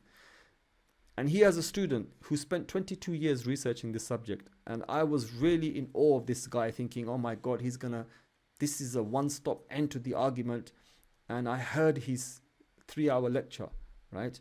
And he, believe it or not, right, he did on Mind Trap with Mufti Abu Layth, right, the crazy Mufti, so-called Mufti in England.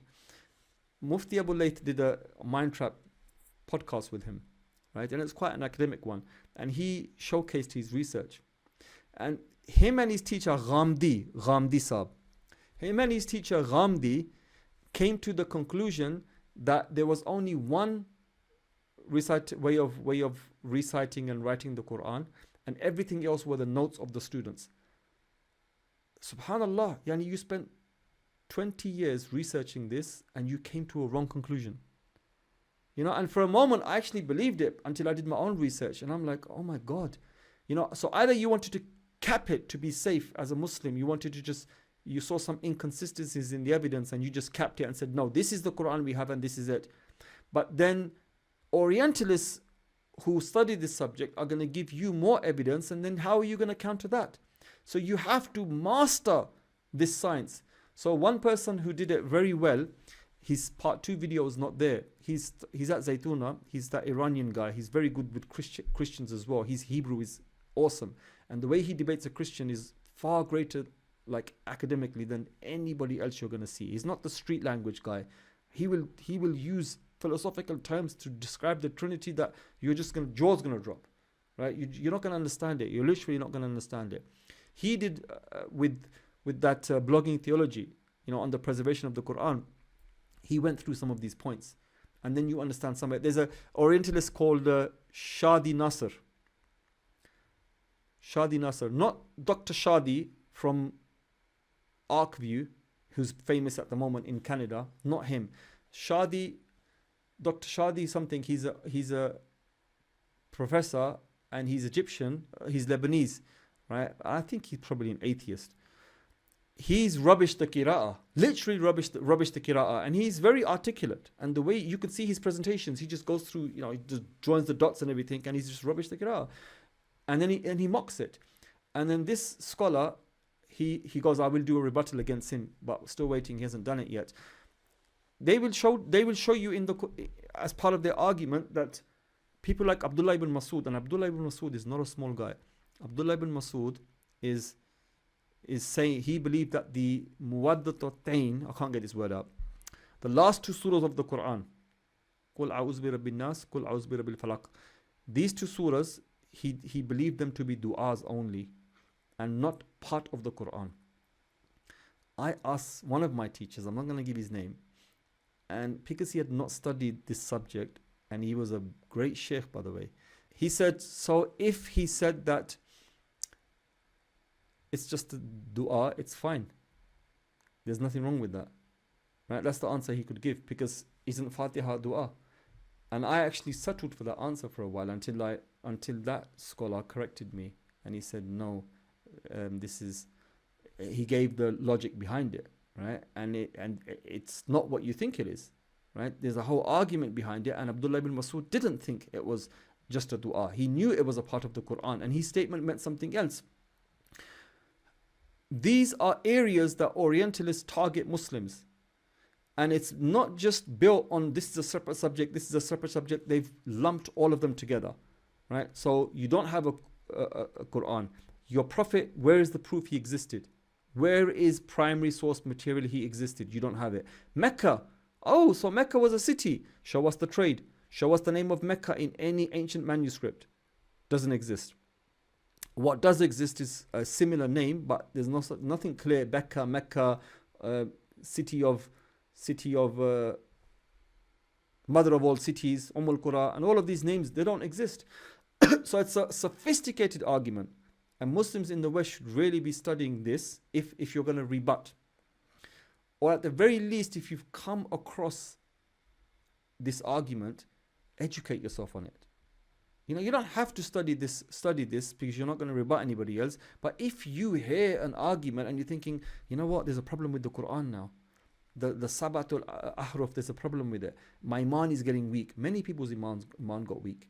Right? There was that Yasir Qadi fiasco where he made a video with Muhammad Hijab, and he goes, our narrative has holes in it. And the whole world, even the Orientalists, picked that word up. And they said, see, when it comes to the Quran, even someone like Yasir Qadi's got problems, he's having doubts. And because Yasir Qadi went to Harvard, and in Harvard they teach you the critical method, which is to criticize everything, whereas the Islamic method is, we're in awe, and we just accept.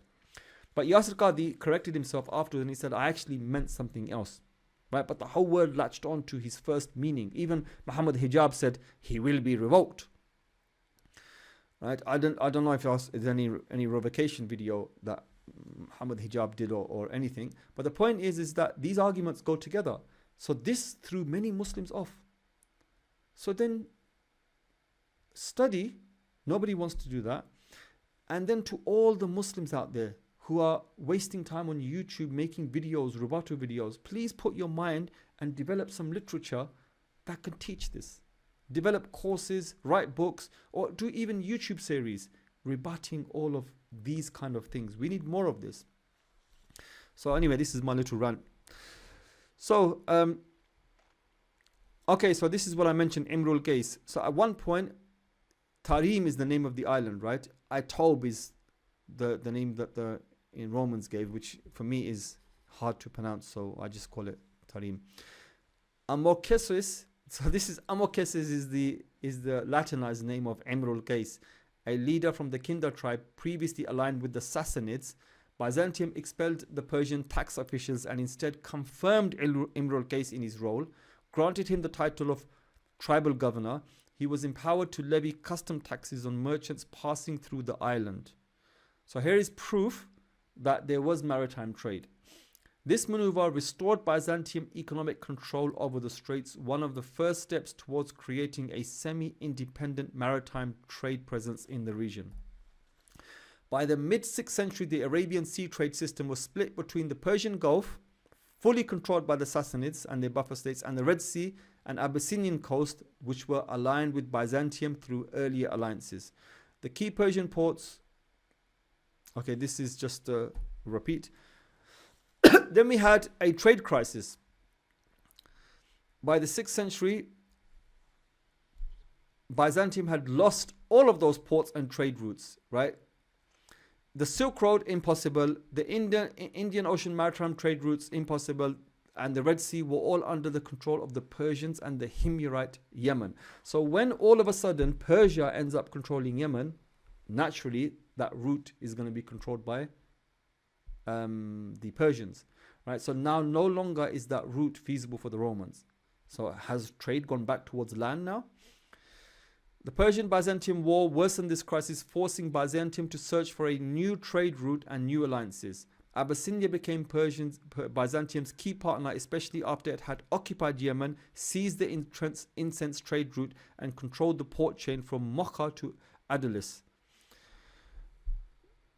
Makkah is on the Indian Ocean. I don't know where Adulis is. The incense route was also used to transport Syrian goods to partners in the east, while goods from Abyssinia were moved towards Syria and Byzantium. Byzantium's goal was to bypass Persian mediation and bring in silk from the Far East directly. This prompted contact with the Turks and an attempt to use the Caucasus as a northern bypass. So the key moments were in 568, the embassy of the Turks during Justinian's 4th year, a second embassy led by Zemachus between 569 579. It didn't work. Despite initial engagement, the plan failed. As noted by so-and-so, the Turks did not manage to establish direct silk trade with Byzantium. Byzantium did manage to get hold of silkworms, and they did have a small silk industry going on. You know, we're told that it's a secret that China was the only one that knew it. Nobody else knew it. The Romans did manage to get hold of silkworm thingies. From the early 6th century, Byzantium... Okay, this is...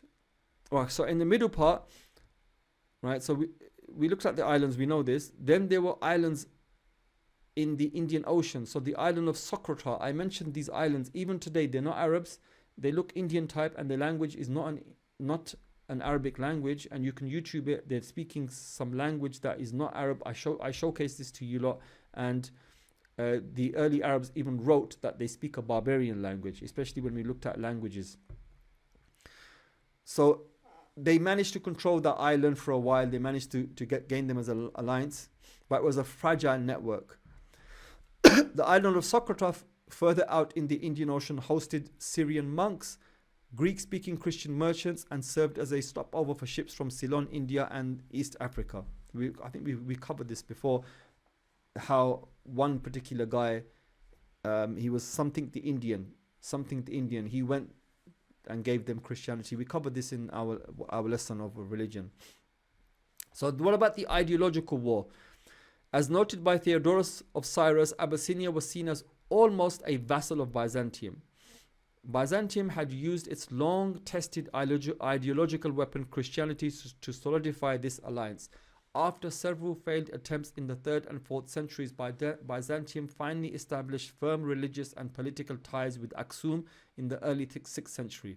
This is when Aksum invaded, left Abraha, and then Abraha broke free, and then Abraha carried on the work for the Romans.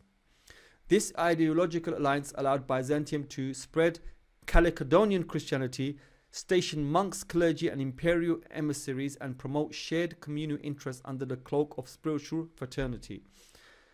The collapse of the maritime axis and the Jewish massacre. So when this happened, everything changed again. A turning point came when Byzantium persecuted and massacred Jewish communities within its borders. We read this when we were doing Christianity and Judaism. These Jewish merchants were crucial to the Indian, Yemen, Abyssinian, Byzantium trade network. The Aksumite king Adad, enraged, who got very angry, he wrote to the Himyarites declaring, "You have offended my kingdom and inner India and Yemen and prevented the Byzantians from reaching me." This rupture severed Aksum's cooperation with Byzantine merchants, cut the Red Sea incense and silk routes, so now it's not safe no more, and allowed Persia to dominate the Indian trade route unchallenged. So these are reasons that Muslims can use that why there was no maritime trade route. Persian supremacy via the Gulf and the Lakhmids. We've done this one. Justinian's embassy. He sent more delegations, right? He tried to buy the Abyssinians. The Abyssinians would buy raw silk from India, then sell it directly to Byzantium, thereby bypassing Persian taxes. The profit, he argued, would be immense. The profit of the Byzantines would not be more, as they will no longer be compelled. He tried all of this, right? He tried Matica, also called Seerah, was a precious metal for high ranking. He tried all sorts, but it didn't happen. All these emissaries failed, right? And the dates of these 529, just before Rasulullah. The Homerite counterplan, military assault on Persia. Meanwhile, the Homerite, this is the Himyarites, right? Commander agreed to appoint Kaisos, this seems like Qais, as Pluralite above Ma'adi, Saracens. So these are terms that the Romans, if you read Roman books, this is how they talk. The Saracens are Arabs. This is Ma'ad. This is now Kinda. So Himyar decided, okay, it's all failing, let's try something else. So they said, we will attack the north, who would then attack the Persian frontier with a large army. This is a stupid idea, by the way. Caesar came from the clan of Palarcorai, was renowned for his military success, but had previously killed relatives of Esiphius. These are supposed to be Arab names, but they're Latinized, and had fled into exile. Both Abyssinian and Homerite leaders accepted the proposal, but neither fulfilled their promise. So they're getting desperate, but it never happened. The Abyssinians struggled to buy silk directly from India. Indian merchants under Persian pressure typically refused to sell outside Persian ports. The goods had never reached Abyssinian hands before. The Himyarites also hesitated. Their desert routes to Persia lands were long, and they were separated by hostile terrain from the Persian border. The interpreter's message and the war declaration. A later letter from the Himyarite ruler, read by an interpreter, declared, I am preparing for war against Khawad, king of the Persians. I will no longer trade with them. I will go through the land of the Arabs and through the Nile to Egypt, and will trade in Alexandria. This embassy proves Abyssinia had previously cooperated with Persia, but was now pivoting towards Byzantine alignment. The planned naval war between Byzantium and Abyssinia around 530 was ultimately a complete failure. So every plan is just failing, but everybody is trying to dominate. The Romans and the Abyssinians were desperate to dominate what the Persians had. Persian naval dominance was reaffirmed. And where was this happening? It was going through Arab tribes, right? So there was no way that Mecca could rise. Who was going to use Mecca? Who's going to use Quraysh? Quraysh are a non-entity at the moment. You're going to pay a non-entity of maybe a couple of hundred men and say, right, you're a superpower, go and fight for us. You're going to use tribes like Kinda, who created confederations. You're going to use the Lukham or the Ghassānids. So Byzantium embassies, Hijazi trade stations, and the rise of Arab governance under Byzantium. So everything failed. So then Byzantium changed.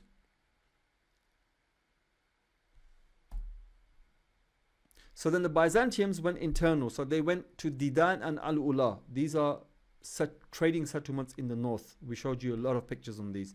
Byzantium turned to Didan, modern Madain Saleh, a major station on the ancient incense route. At a very late date, there's a Roman pagan temple there, right? And there's a Roman legion called Thamudi. The actual legion's name is Thamudi because this was the area of Thamud.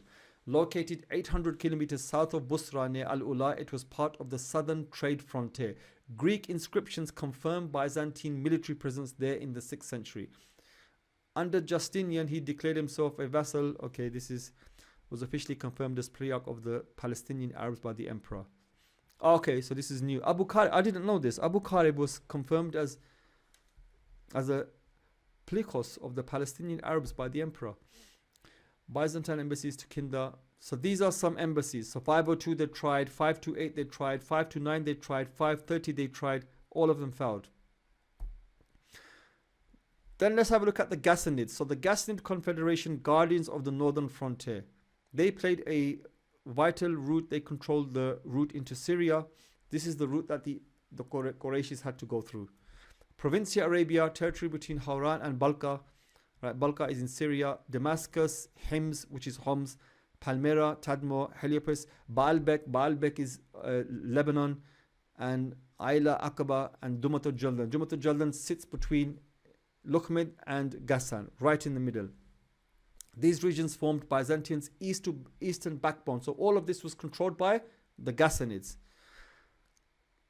ensuring security, customs collections, and intertribal diplomacy for the empire. So the Ghassanid decline, Mecca's rise, and the waning of Persian power. The Ghassānids, they controlled the same mentioned. I think it's the next slide. So during the reign of Justinian and under Tiberius, right, the buffer states were practically annihilated, right? Due to the difference in versions of Christianity, the Romans pulled away support.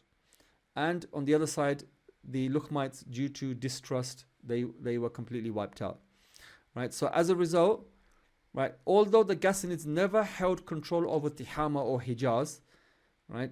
The Lakhmids did. And don't forget, they held control all the way to Taif and the Hawazin. And on the other side, the Kinda held control up to Mecca. So there's no way for the Meccans to do anything. In fact, the Quraysh had just recently entered Mecca. They were living on the outsides in tents. So as a result of all of this collapse, it removed a key competitor to Meccan trade. Because now there's nobody in the south, they're all weak. There's nobody in the north, they're all weak. All of a sudden Mecca looks around itself and says, oh, we could do something here, an opportunity has risen. Right? So then that's a whole topic of which grandfather did that and what they did. And it's referenced in the Quran as well. So allowed Mecca to rise independently and enabled Mecca to leave caravans undisturbed to Aqaba, to Gaza and to Busra. Which in the Seerah we hear the name Gaza and we hear the name Busra. Persia's renowned focus on Arabia and counter maneuvers. So when the Ghassānids declined, Iran got a bit more emboldened. Iran also intensified its interest in Arabia. Under Khusro and Shirvan, Iran launched a comprehensive counteroffensive marked by the defeat of, so it defeated the Turks in the north, the suppression of the Mazakite movement. So there was a movement of heretic Zoroastrianism in Iraq. It suppressed them and it strengthened the Lakhmid alliance. So Iran's success in Arabia surpassed that of Byzantium, we know this. So they controlled from Yamama, which is central Najd, all the way to Hijaz now, the Persians controlled. So when they tell you that Arabia was a blank canvas, please somebody show me how. Down to Tihama. By the end of the 1540s to the early, so please tell me how any Qurayshi will have space to breathe. It's incredibly difficult, right? You can't do anything. There's no trade. There's no trade for them when the superpowers are knocking at your door and you haven't got deals with them and you're not rich enough or powerful enough to make a deal with them. And they don't need you because they've got bigger powers that they're using. The disintegration of Lakhmid authority in Central Arabia. So why this is important is because this is the answers you give to the Orientalists. Because they tell you that there was no trade. They tell you that the stories you read about the early Seerah are not true. Right? Forget all of that. It's all mythology. We don't really know. All Orientalists will say that the early period of Islam is shady. Why they say this is because don't forget the Quran, the Ahruf were mentioned later. The compilation of Hadith 150 years later. The codification of Creed 200 years later. The fiqh codified 200 years later. So everything, even the early period of the Umayyads is not clearly known. So that's why they tell you, right? So it's in your interest to learn these arguments and say, well, actually, it's a myth. Whatever you're saying is a myth. How could Mecca arise as a city? How could the Quraysh rise as a people when they were very small, very weak, surrounded by superpowers that were on them, on the outskirts of Mecca from every direction? Of course they're not going to trade. How can they trade? So by the 560s, Rasulullah born 570, Lakhmid authority was visibly weakening. Arab sources, particularly those commenting on Hijbul, this is Orientalist, I don't believe in this. The Lakhmids continued sending caravans to Uqaz. So the Uqaz market, which Muslims say that Mujanna, Uqaz and a third market, the Arabs controlled, which they did control, right?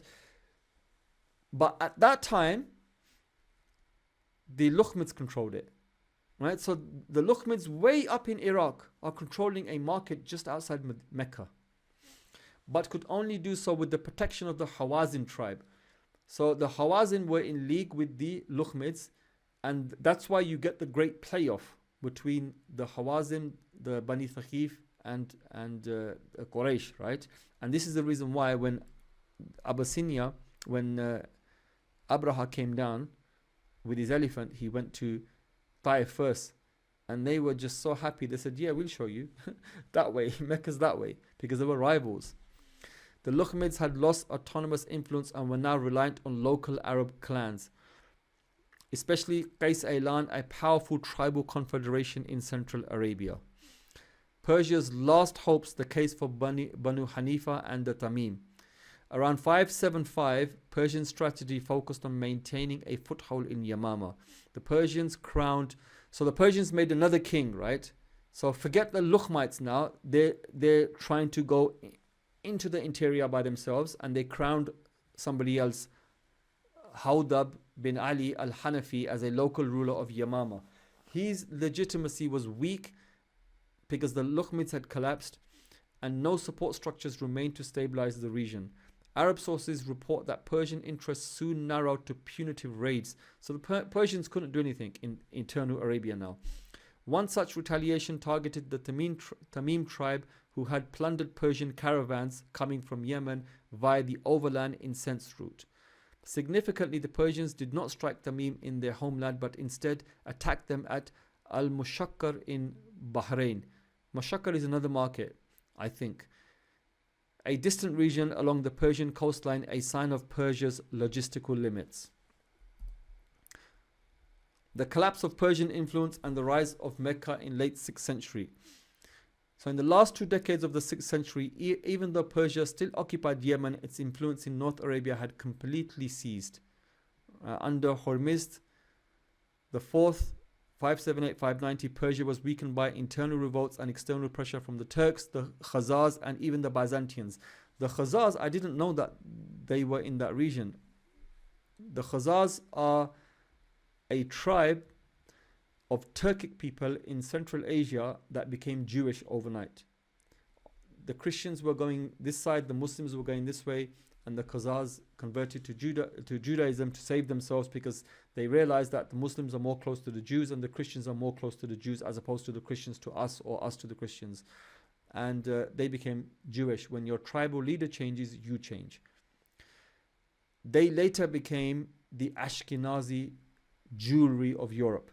Right? So the claim that the people who are occupying Palestine now are not even Jewish by blood is a true claim, because it goes back to these people. There's 2 types of Jews. There's the Sephardi, known as Spanish. They have Jewish blood in them. Then there is the Mizrahi Jewish, the Yemenite Jews, which have obviously even more blood. And then you have the Ashkenazi, who have mixed ancestry, mostly Turkic, European, with some Hebrew blood, or probably none. This is the Khazars.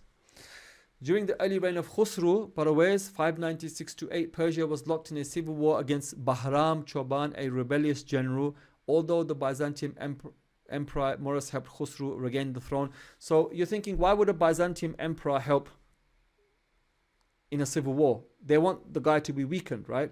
But that's because politics teaches you he's going to rise again, he's a superpower, and he's going to bite you. So you help him first, make a peace treaty with him, he's not going to attack you, which is what happened. And this happened a few times in their time. The price was devastating. Persia lost almost all of Armenia. Lakhmids had gone. Right, and this is interesting, right? This last thing is interesting.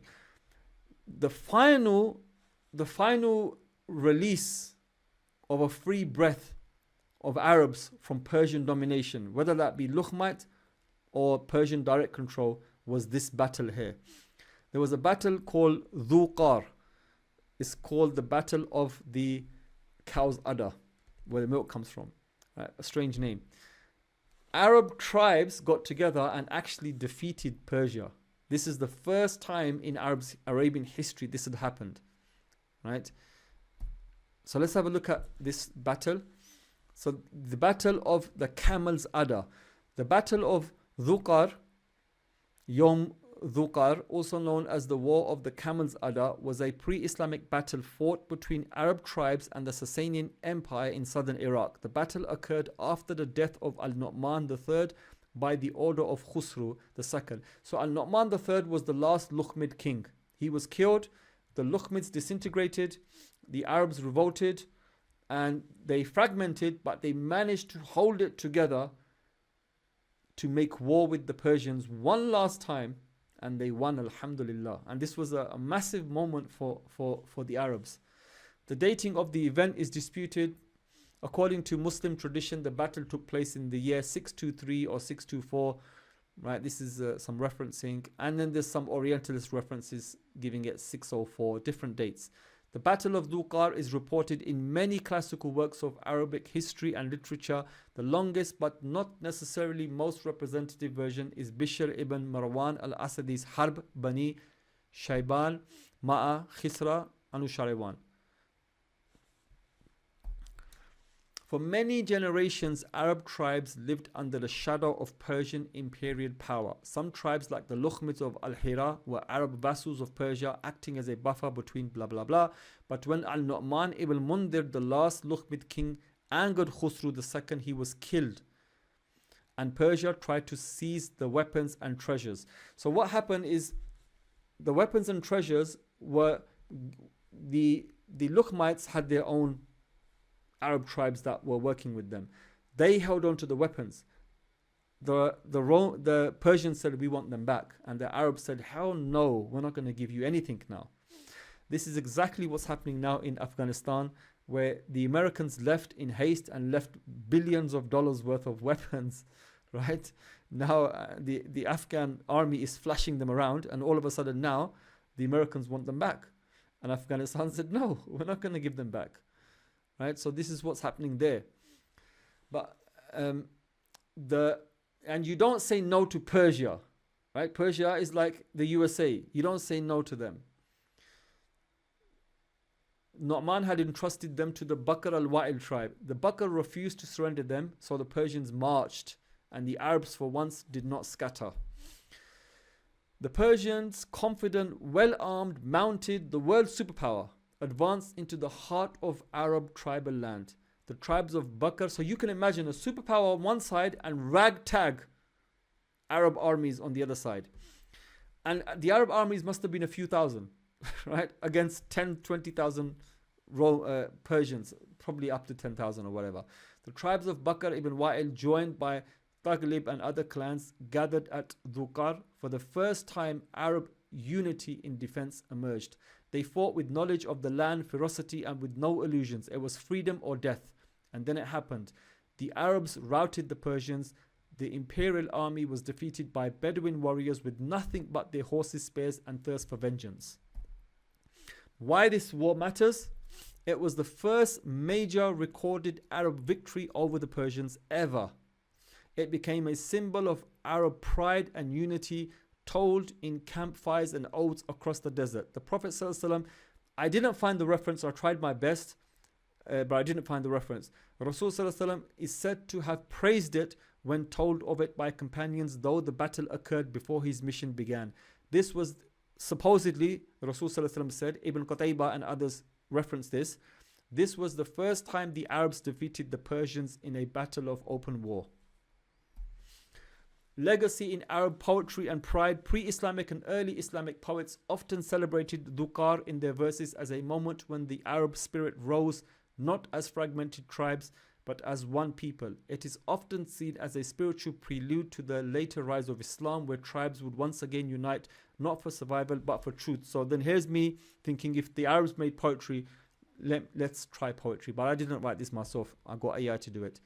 Before revelation came from the Mount of Light, the sons of the sand tasted the pride of unity, and in the fire of Dhuqar, the emperor's shadow flinched. So the primary sources are Tabari quotes it, and Ibn Qutaybah quotes it. The reason I've put the primary sources for this is because I gave you a direct quote by Rasul Sallallahu Alaihi Wasallam, right, which I couldn't find the references for. So I've just given the primary sources that anybody who challenges me, I'm telling you I didn't find the evidence for it, but this is what was referenced, so you can go and search for it there if it does exist. Right, so Ibn Qutaybah discusses it in great detail. He notes it was a source of pride amongst the Arabs, right? But still no evidence of where this verse came from, attributed to Rasul Sallallahu Alaihi Wasallam. Right, strategic context, Mecca's ride amid imperial retreat. These events formed the geopolitical backdrop to the emergence of Mecca as a trading center. The key developments, caravan routes through West Arabia, were no longer under imperial supervision. No longer were they under imperial supervision, they were no longer even under Arab vassal imperial supervision. Gone, finished, free. Chronic warfare between Byzantium and Persia had destabilized everything. For centuries, the incense route had been dominated by Himyar, then Persians, Lakhmids, right, everything. But now, absent, Mecca was free. Its tribal secured internal autonomy, its caravans moved undisturbed, and it gradually developed an independent economic identity. Yemen, and so now we're moving away from Lakhmids, Ghassānids, the Romans and Persians, and we're looking at Yemen. So what was Yemen doing to survive as a trader? This is why I said you're going to hate this lecture, because it's just full of information that I'm just indulging myself, to be honest with you. That's it. Because I always like to get to the nitty gritty, and it doesn't make anybody happy, and or everybody's suffering, but I'm loving it. So Yemen and Oriental trade in the 6th century, its role, its root and influence. So 3 key roles of Yemen. It was the middleman for East African trade, because there was East Africa trade, there was Indian trade, it was the middleman. It facilitated indirect trade between India, China and Byzantium or Persia. It was the exporter of its own frankincense, myrrh and other aromatics, which we looked at before, and it was controller of the incense routes. The ancient the Himyarites and the Saba before them, they had up to 70 service stations en route to Rome, and they had manned them with their own people. That's why you get in the epigraphic record names of these particular people, and you even see their names in islands in Italy where they had their trading colonies. So the incense route, geography and stations. The route began in Shabwa, the Hadramaut Incense Center. I showed you a 4-part documentary on how incense is sourced in Oman, and it works its way up from Yemen all the way up the incense route into Syria, right? And that's today, and that will give you an idea of what it was like back in the day. It moved northwest through Ma'rib, then to Najran, where it branched in 2 directions. The eastward one to Yamama and Al-Hira to the Persians, and northward along the Red Sea via Ta'if, Mecca, Medina, Al-Ula, Al-Hijr, Ma'an, ending in Petra, where it bifurcated, one road to Gaza and the other road straight up to Damascus, Busra and Constantinople. The incense route had 65 to 75 stations between Tamna, Qataban and Gaza. So they were masters of trade. They had it on lock. This is the reason why you see Abraha marching up to Mecca. This is why you see him marching up to fighting the people in Medina, and why he's marched up to Kinda as well and did damage to them. Yemen's interests, strategy, stations, colonies and trade policies. Yemen ensured incense route control by establishing colonial stations with various functions such as security, storage, taxation and logistics. If you happen to bypass any of these routes in the Yemen side, right, it was death. It's like smuggling, and when you catch smugglers, you kill them. So you had to pay your tax and go through the official archways, or they will catch you and they will kill you. To safeguard this network, the Himyarites fought to control Tihama. Tihama is where Mecca is based, in the same area. Hijaz is where Mecca is based. Tihama is bordering it on the side. And key interior regions of South and Central Arabia. So it was essential for Yemen to control all of these. Up to the Abyssinian conquest, much of the route was still under Yemenite control. According to South Arabian sources, the Himyarites in the 5th century, that's 400s, dominated not only South Arabia but also large portions of Central Arabia. Right? So they've completely taken over the route to Syria. How can a Meccan people rise? They can't rise. There's an inscription. I tried to get this inscription. I think I've already shown it to you, but I'm not sure if it's the same one. But some of these inscriptions I couldn't find online. This is an inscription recording a campaign led by a Lakhmid king Mundar, who attacked South Arabian tribes under Yemeni protection. He was resisted by Ma'tkarib, Ya'fur, king of Saba, Duredan, Hadramaut, Yamama and their tribal Arab tribes in the mountains and plains. So the point of mentioning this is that the Yemen wasn't just Yemen. They controlled half of Arabia through strategic alliances with other Bedouin tribes, right? So they had Arabia under lock. Mundar III waged war against Mudhir and his Arab allies Arabs. So who were they? They were Sabah, Himyar in the south, Rahadat probably in the south, Hadramaut in the south, Yohun, I don't know, Banu Tha'lab in the north, Kiddat and Mudhij, I'm guessing to do with Kinda in the north. So a vast area. Just like Rome had Ghassānids and Persia had the Lakhmids, the Yemenites had all of Kinda.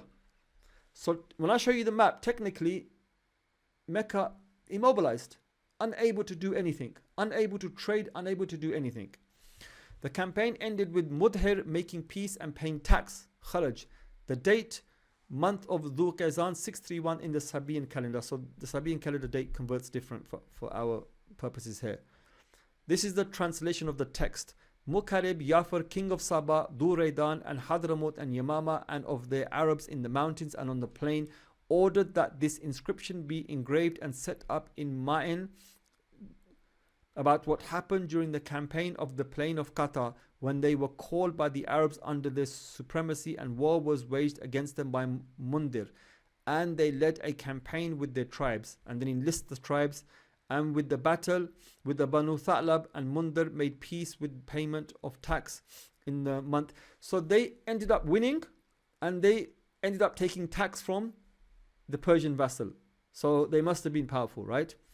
This is the date conversion. I had to do a date conversion for this to get the right date. So the inscription is dated Dhul Qa'zan year 631 of the Sabian calendar. This is not Arab or Gregorian. The Gregorian equivalent would be 516. The Sabian calendar is believed to begin 115 BC. Okay, this is not important for our purposes. If you're interested in it, it's easy. Just ask AI and AI will do the conversions for you. So this aligns with the reign of Mudda Khabirib, Yufar, mid-6th century Himyar king, and Mundar III king of Al-Hira. So this is in the mid-500s when the Meccans were beginning to rise as a trading people now. Historical implications. The inscription shows that Central Asia was in close political Central Arabia, communication with Yemen. Tribal groups in Central and Northern Arabia looked to Yemen for defense. Yemenite supremacy was recognized and relied upon.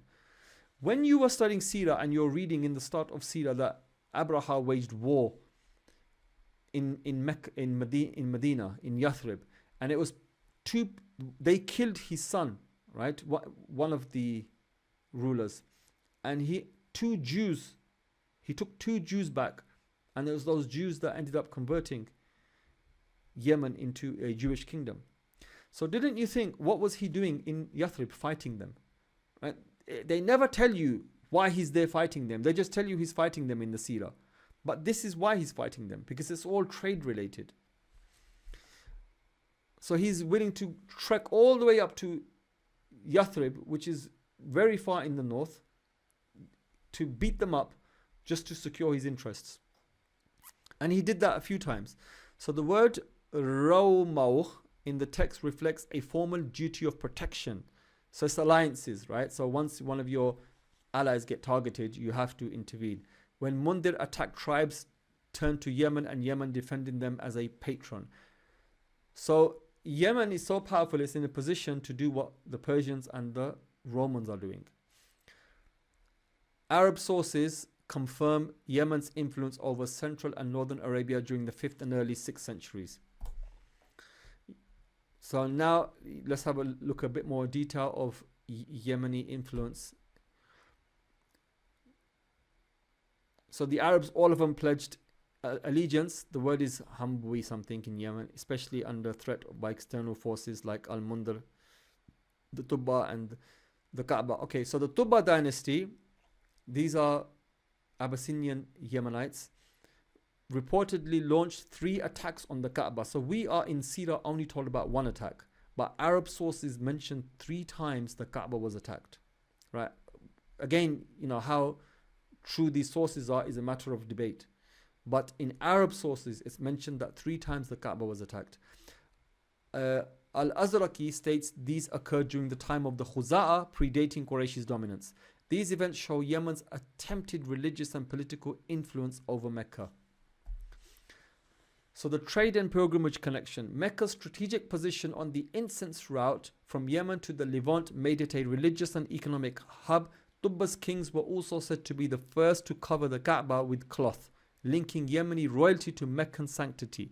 The incident of Hujjat al-Ghadr, the pilgrimage of treachery, reported by al-Masudi in the 5th century, is a 5th century event. Saw tribes from Yemen, the Aus and the Hasba, attack Mecca under the guise of pilgrimage. This has happened in the medieval period with the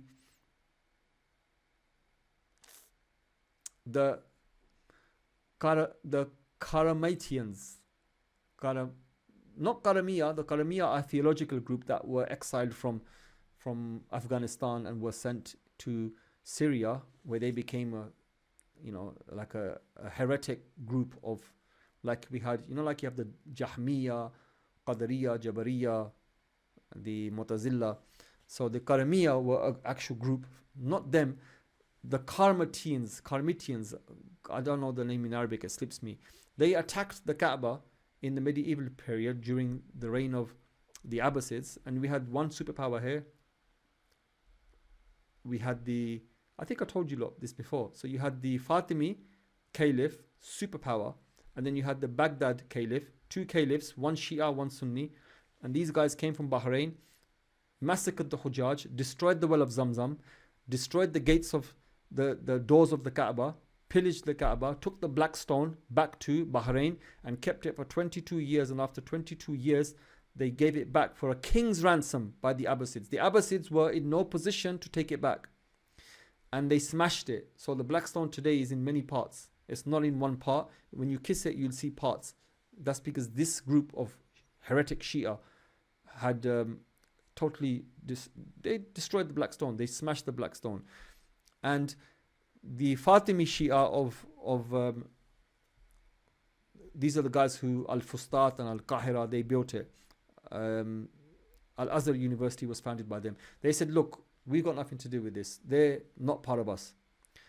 And even though the Fatimi Shia themselves restricted movements of Muslims for 150 years in Jerusalem, Muslims weren't allowed easy access to the holy site in Jerusalem, but they weren't as extreme as to destroy the Kaaba. No Muslim would do that, but this Shia group did do it, and two caliphs, two superpowers, and nobody's able to get the black stone back.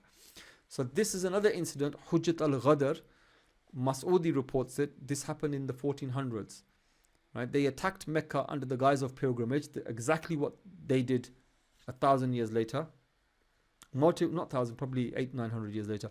Motivated by vengeance, the Yemenis killed locals, looted sacred property, and violated the sanctity of pilgrimage, leaving a lasting impression in Arab memory. This is exactly what that group did in the medieval period. This is possibly 150 years before Islam, marking early tensions over the control of sacred rites and trade. The Quranic reference. The Quran describes Yemen's destruction and dispersal, interpreted as referring to the bursting of the dam at Ma'rib, a pivotal event tied to the decline of Sabaean power. The verse portrays the downfall of once united and blessed kingdom turning into scattered and ungrateful people. Saba, Tubbas, and Quranic allusions. Although Yemen is rarely mentioned in the Quran, its role is seen via symbolic references such as the Queen of Sheba, Bilqis, and the Tubbas. Scholars like these are Orientalist scholars suggest these references point to real recent historical memory and not just myth. Of course, you would say that. Kinder's role in Yemenite supremacy. I deliberately left the Orientalist quotes in here, by the way. By the late 5th and early 6th century, Kinder controlled large swathes. So, superpower Yemen. Now, in the 5th and 6th century, Kinder controlled the central region and touched the border of Mecca. Central and Northern Arabia as allies or vassals to the Himyarites, so they were enthroned by Saba. We read this way back when we were looking at Arabs and non-Arabs. They were made kings. Right? That's why Imrul Qais is considered the last king of Kinda, who lost his kingdom and died writing poetry. As allies or vassals to the Himyarites, Kinda helped maintain Yemen's trade dominance, especially along the incense route. So if it wasn't for these three vassals, there's no security in Arabia. These vassals maintained security in the internal kingdom, internal Arabia. So Yemen's strategic use of the Kinda. According to Non-Decay, he's a very famous Orientalist. He's done a lot of work on the Quran. He's German. Non-Decay created, the Himyarites created the kingdom of Kinda to control the trade routes from West Arabia to Syria and Iraq, mirroring the Lakhmid and Ghassanid models. Kinda, a federation of North Arabian tribes, governed much of northern and central Arabia for about half a century, beginning in the mid-5th century. Arabic sources agree Kinda was formed and supported by Yemen, with some sources mentioning marital alliances between the Tubba kings and Kinda. Hujr ibn Amr Akil al-Murar, called the founder of Kinda, ruled central Arabia, Najd and Yamama around the 3rd quarter of the 5th century. He was reportedly a vassal to Amr ibn Hassan al-Tubba. Al-Harith ibn Amr, grandson of Hujr and grandfather of Imr al-Qais, became the most powerful of the Kindite kings, ruling parts of central eastern Arabia and even temporarily parts of the Lakhmid boys.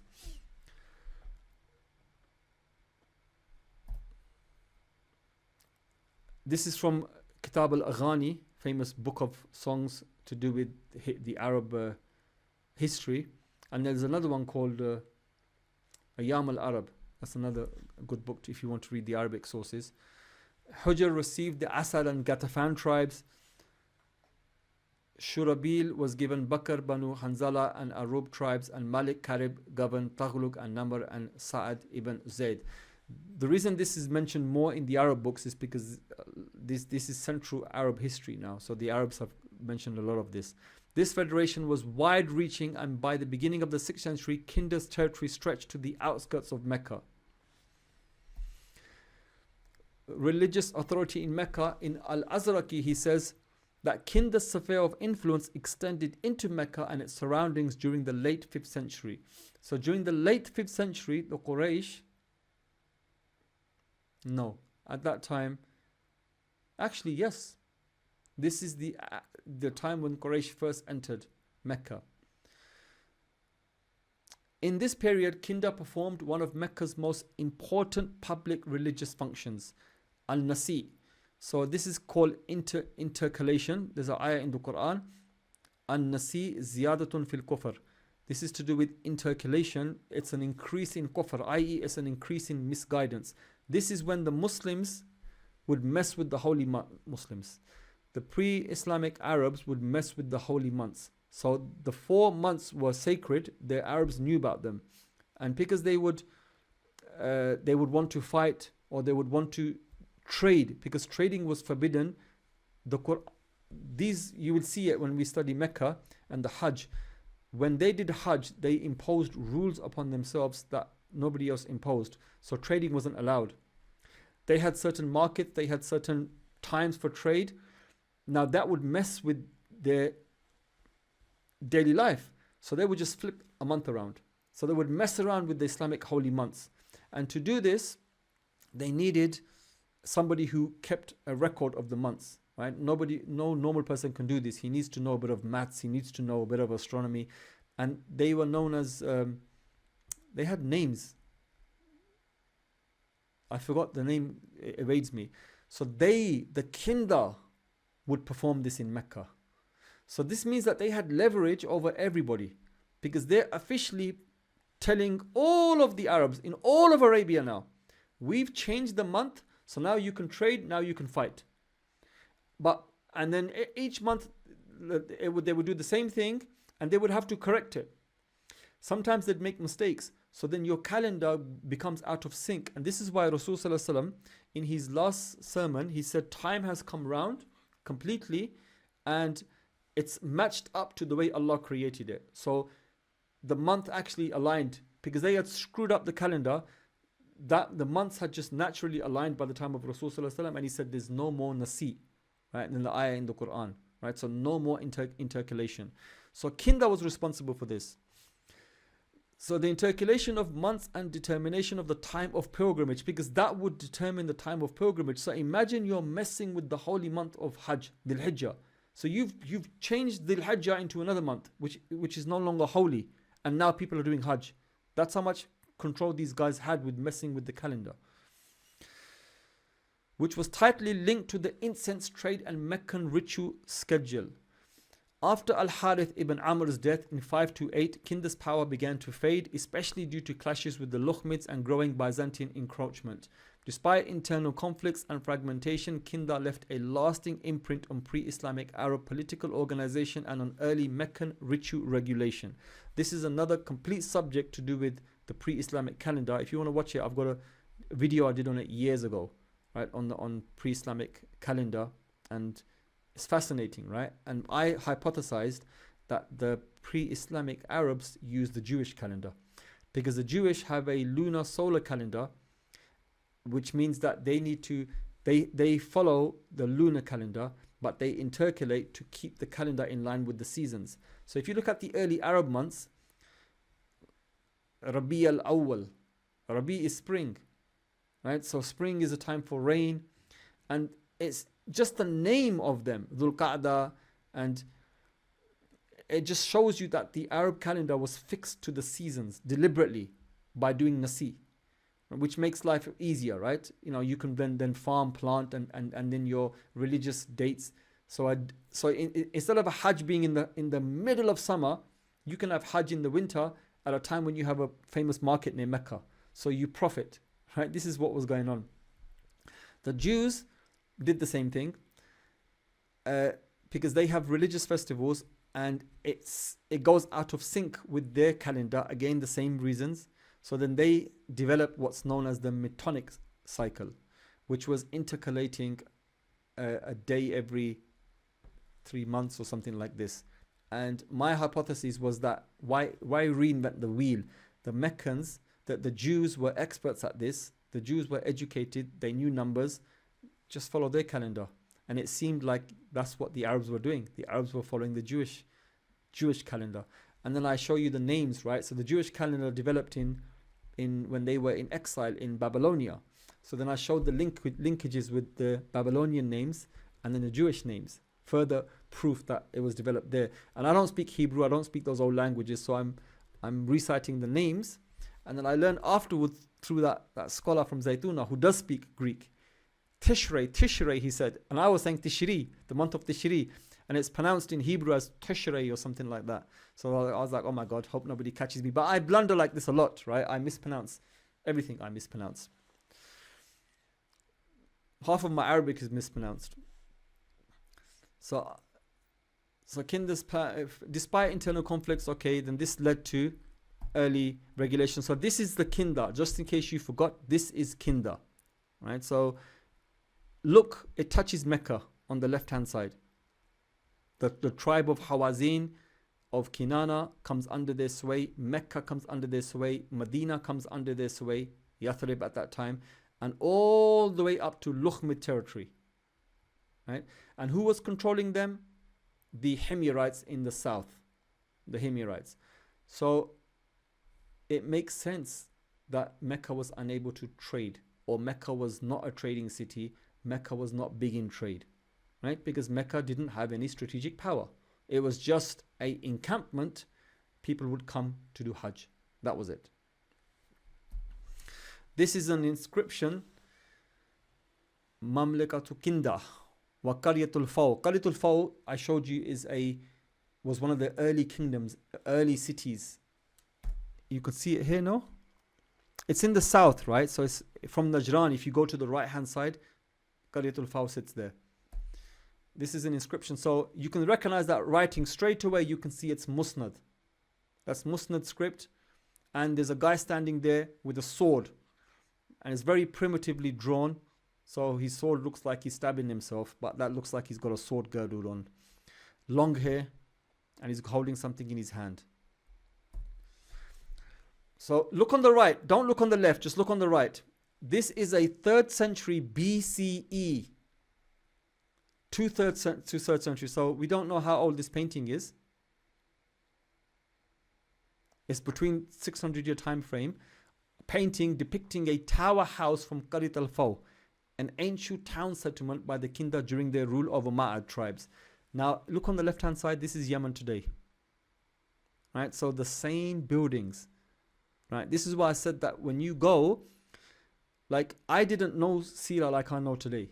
Right? So I saw these buildings, but I could never appreciate them. If you know, and then you go, and then you see, you look at them with a different lens, and you imprint them inside you. You think, okay, so this is how the Kinda boys were living. This is how the Himyarites were living. Because look at that building on the left. Just type in Sana'a, or type in Jabal Fifa, or type in Jabal Suwaida, Jabal Abha in YouTube, and just look at the houses. Every house in Southern Arabia is like this, even today. The north doesn't have houses like this. And this house design goes back 2,000 years. Subhanallah. And I saw these houses, but they meant nothing to me. If only I knew then what I knew now, I would imprint these houses. I would try to imagine these boys going into them, cooking, because they never had vents. Because I visited some houses in Jeddah, either they've altered them, but I didn't see any vents for when they would cook. So either they would cook outside or they would cook inside, and the smoke would be inside the whole house. But then again, it's not strange, because in Europe it was pretty much the same thing, because people couldn't afford for the heat to escape. So you just live in the smoke. But this is so amazing to me, right? The house on the right hand side and the house is on the left hand side. But you're all pretty much bored out of your wits, so I'm getting nothing from you. So Byzantine, Kinda, Yemen, Nexus, and the rise of Dunawas, early 6th century. So here's just some more references, right? So he attacked him, he did this, he did that. Byzantine tried to align its interests with Kinda to suppress the Lakhmids for a while. Right? Byzantium supported Kinda to ensure safe passage for their merchants through West Arabian incense routes, critical for both economies. Kinda's alliance ensured that Yemen. So there was a Byzantine, Kinda, and Abyssinian alliance against the Persian Lakhmid alliance. Right? This was just before the increasing Christianization of Yemen. Dunawas, in his inscription, right? They had policies and agreements. There was religious influence as well, because Kinda were Christian. They say Imrul Qais was Christian. They say that obviously Himyarites were Christians, right? And Yemen, between the two empires, Yemen played a balancing act between Persian aligned Lakhmids and Byzantine aligned Aksumite powers, using two main trade routes: West Arabia, Syria, Basra, which is the one that we know, the Mecca one, and then Yamama, Bahrain, which is from Qarit al-Faw, it goes up, skirting the desert. I showed it to you a long time ago. This led to conflicting factions in Yemen, shaped by religious policy, trade benefits, and imperial pressure. The fall of Kinda, shifting alliances. Kinda died and Dunawas rose. Right? He pursued this king. He was Jewish, so he pursued an anti-Byzantine, anti-Christian policy. So he disrupted everything that they had, all their previous trade agreements, finished, broken, gone. His reign is a marked break from pro-Christian policies seen under earlier rulers and worsened relations between both Byzantium and Abyssinia. This policy shift affected Kinda as well, because Kinda were Christian and Kinda were aligned with Rome and with Byzantium, and with the Himyarites, right? But now there's a change, religion change, so alliances change. So now who's going to pay Kinda money? Kinda's going to disintegrate. The Lakhmid king gained power and invaded Byzantium territory without Kinda's interference. So Kinda was unable to do anything. A Byzantine embassy led by Abnomos, father of Nomos, in 524 sought to ransom two people from Munda III, indicating the shift in diplomatic focus away from Kinda. After the Abyssinian conquest of Yemen, and obviously because the Jews took over, then Rome, in the beginning we read, when we talked about Rome, this is why I said there's no redundancy, because they keep repeating information. Rome had to seduce the Abyssinians to invade Yemen, right? Which again changed the trade, because now the Christians were back in power. right? But this had been before. So actually, no. The Christians came after this, yeah. So this was just before. So first Christian, then Jewish, and then Christian again. Emperor Justinian aligns Byzantium with the Abyssinians, Yemenis, and Kindanites against Sassanid Persia, showcasing a new pan-Christian bloc. This culminated in a broad anti-Persian coalition, including the Kindite Federation, though the latter was already in decline. Imrul Qais and the final diplomatic mission. The final act of Byzantine Kindite relations involved the semi-legendary poet Imrul Qais, son of Hujr. Around 535, he sent to Byzantium to plead for help against Kindites. We studied this in the poetry, but found a symbol of Kindar's political disintegration. There were two marriage alliances. So whenever you have a marriage alliance, then you know someone's weakened and they've sought peace. So two marriage alliances occurred between Kindar and the Lakhmids in the end of the 5th and start of the 6th century. Al-Mundar married al-Malik's daughter,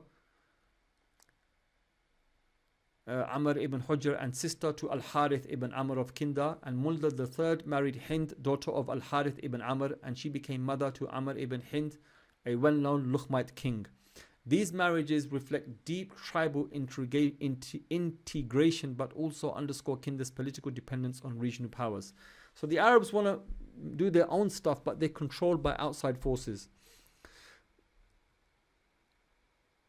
Right, so Kindar collapse, Lakhmid power. Okay, we've done this. The Mazdaq movement, we've done this as well. Ibn Athar's account. Trade, Mecca and shrines. With Kindar in control of Hira and the incense route. Oh wow, Kindar controlled Hira at one point.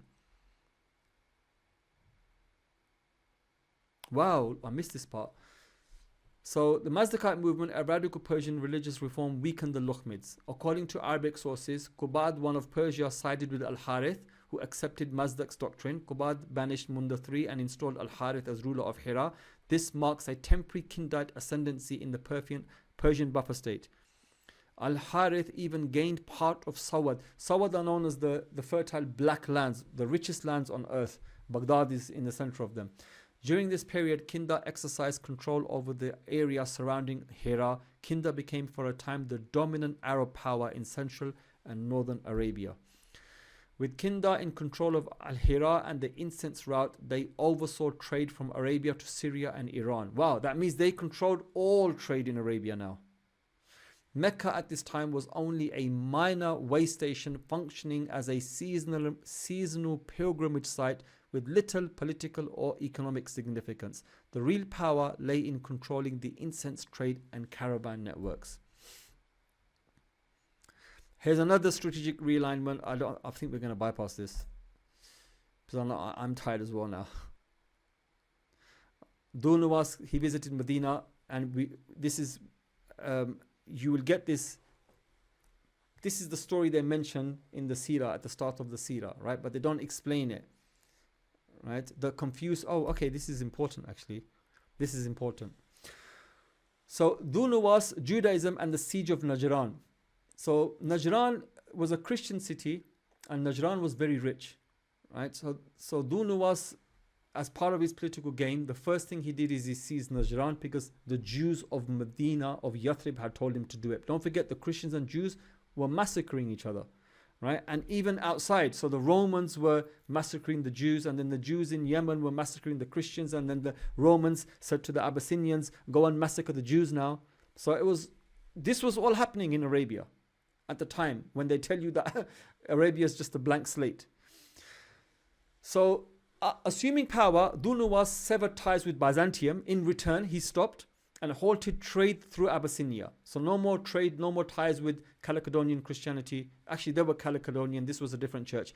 This triggered Abyssinian and Byzantine military responses, highlighting Yemen's strategic trade role. Yemen became a geopolitical pawn in the broader context between Persia and Byzantine affairs. Dunawas converted to Judaism, aligned Yemen's ideology with Persia. According to Arabic sources, he was inspired by the Jews of Yathrib to persecute Christians. He was urged to attack Najran, a city with a significant Christian population tied to Ghassanid missions. Okay, so now this needs more research, right? I tried to do some research into this, and for a lack of information, I have a hypothesis, but for a lack of information, I can't say how true it is, but you'll find it interesting. And I mean, you're going to find it interesting. Some Arab sources claim Dhu Nuwas visited Medina and embraced Judaism there. Yes, we have this. We can see it in the Seerah, Tabari, it's all written there. However, Syrian, Ethiopian, and Byzantine sources do not support this claim. Right? Do you remember when I said that our primaries, as well as our Islamic sources, not Islamic, pre-Islamic, Arab sources, we need to have sources from outside. In fact, sometimes the outside sources will give you information that the Arab sources don't, or that's more accurate. Why? Because they are, with the Arabs, it's storytelling, and stories get weaker over time. Those guys wrote things down, so their sources are very strong, but we don't have anything. This is very important, by the way, very important. I'll tell you why. Scholars suggest this tradition may confuse Dhu Nuwas with his fourth forebear, Hassan Abi Karib, who did lead a campaign into Medina and later converted to Judaism. When you read the Seerah, it will either tell you that it was Abraha fighting in the north, or it's a Tubba. And scholars think, because of timelines and there's no mention of these sources in Roman accounts or Yemeni accounts or Abyssinian accounts, that the Arabs got the names mixed up and they just said, oh, a guy from the south.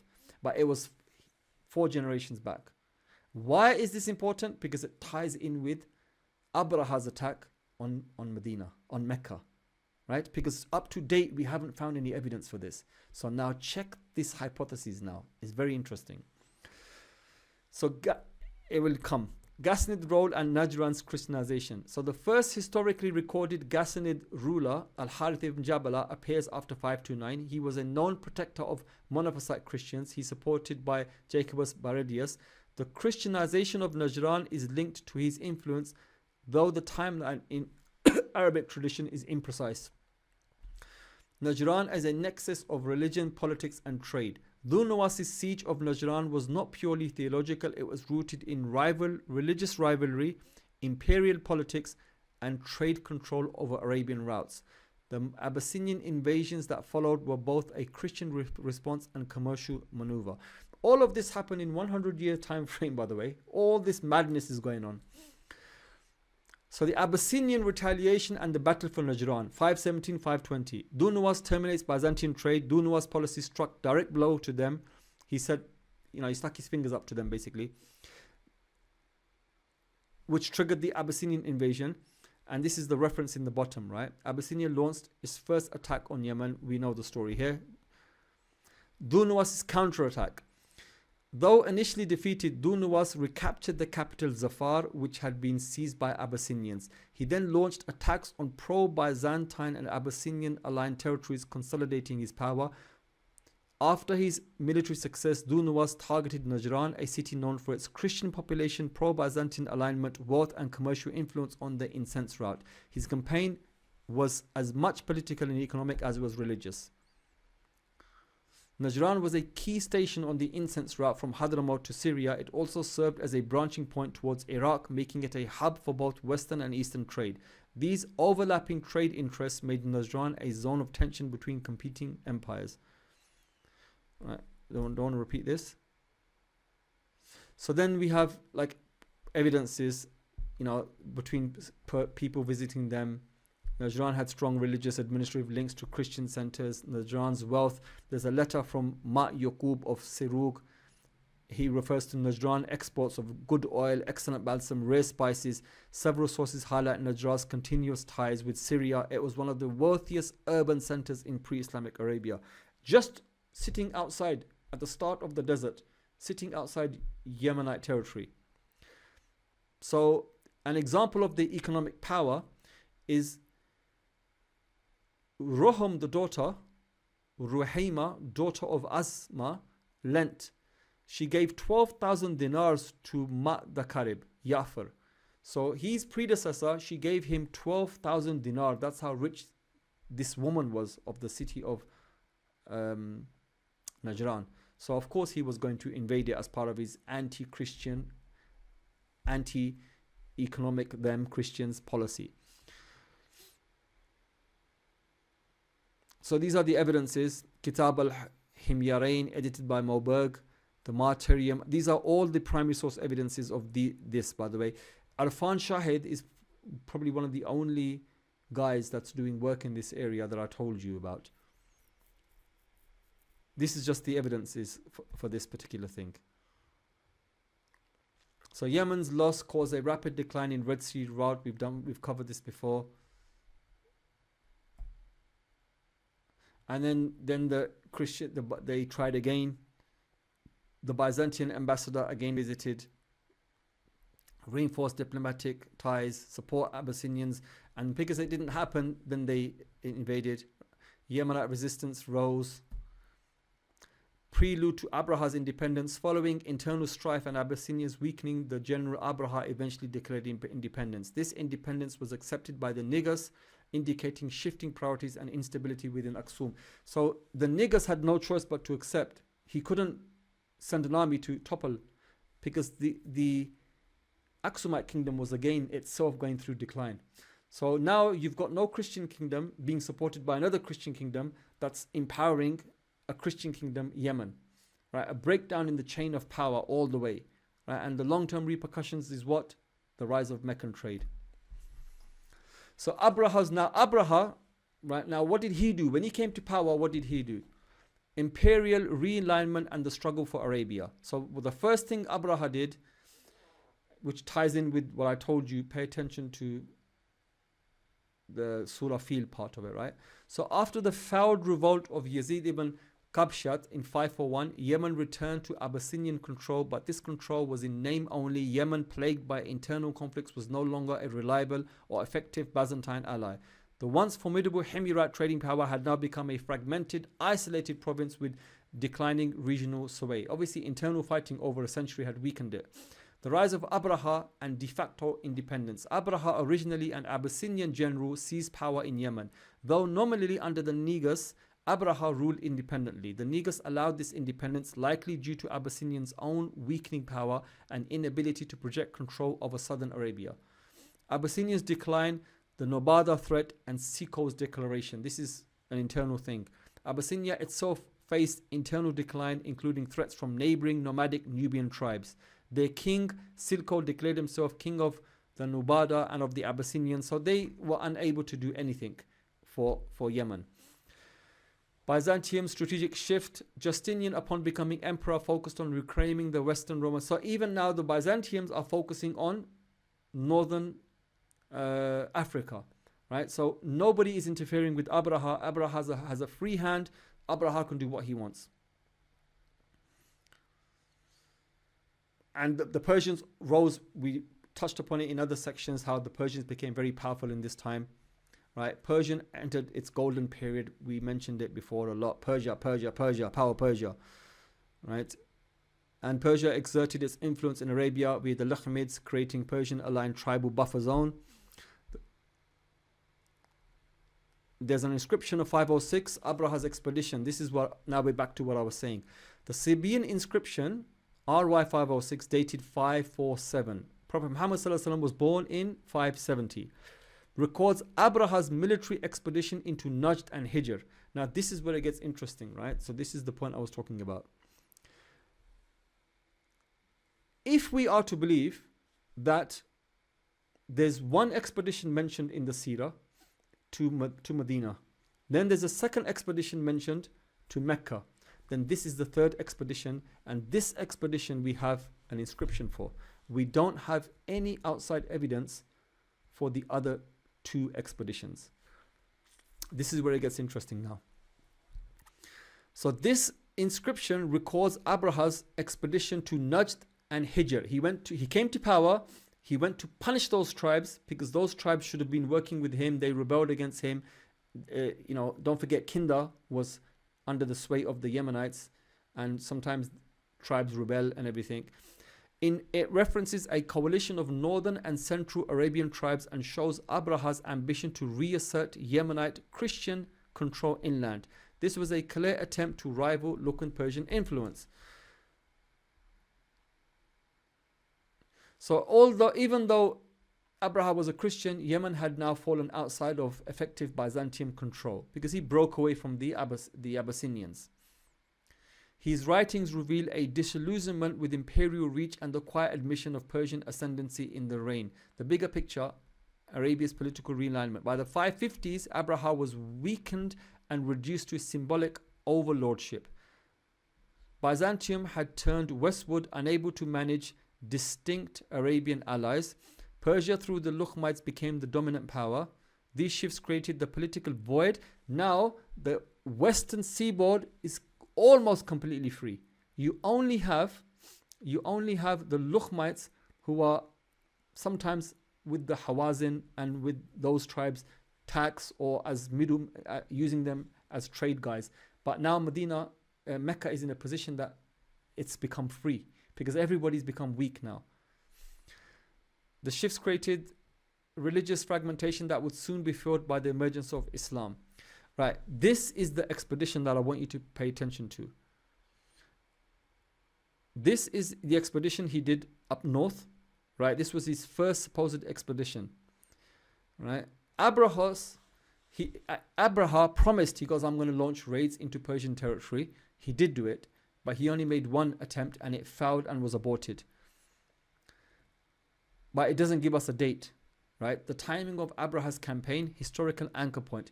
Propitius Bellum, Propiscum, was written between 545 and 555 or 554. Right, so the raid he mentions must predate that. Historians equate this campaign with the expedition described in the South Arabian inscription dated 547. This ties three traditions together. Right, the inscription and the event by Propitius and the year of the elephant. Now, what do we know about the year of the elephant? 570. 570. Right? The context, this is the inscription, by the way. I've shown it to you before. This inscription is highlighted. The real text is very difficult to see. They've just highlighted this text.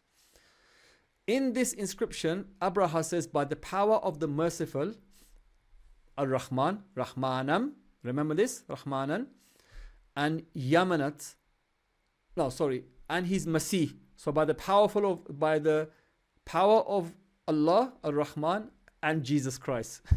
The king Abraha, Zaiban, king of Sabah, and Duredan, and Hadramaut, and Yamanat, and of the Arabs of the plateau. The plateau is Najd. So he's declared himself king of the Arabs of Najd, Yamama, which were the Kinda. Right? Abraha led a spring expedition against Ma'ad, a powerful tribal confederation. The Banu Amr tribe revolted, prompting military. So he's basically boasting about what he did, just like the kings of Nimrud and everybody. This is what everybody used to do, right? This is the inscription here. Abraha dispatched commanders, he said in his inscription, to these places. With a support unit led by Sa'ad, battles were fought against Banu Amir, Kidat, Murad, Sa'ad in the valley near Turban, whatever that is. Prisoners were taken and loot was considerable. Haliban defeat, political resolution. Abraha personally led a battle in Haliban but was defeated. Subsequently, Ma'ad surrendered and gave hostages. Amr ibn Mundar, likely a Lakhmid or tribal intermediary, negotiated terms with Abraha. Abraha then appointed Amr as governor of Ma'ad, thus reasserting political control. Dating the inscription is the problem now. Right? In the month of 662, this is a Sabian date, right? Based on this date, it's 547. How are we going to tie this in with the year of the elephant?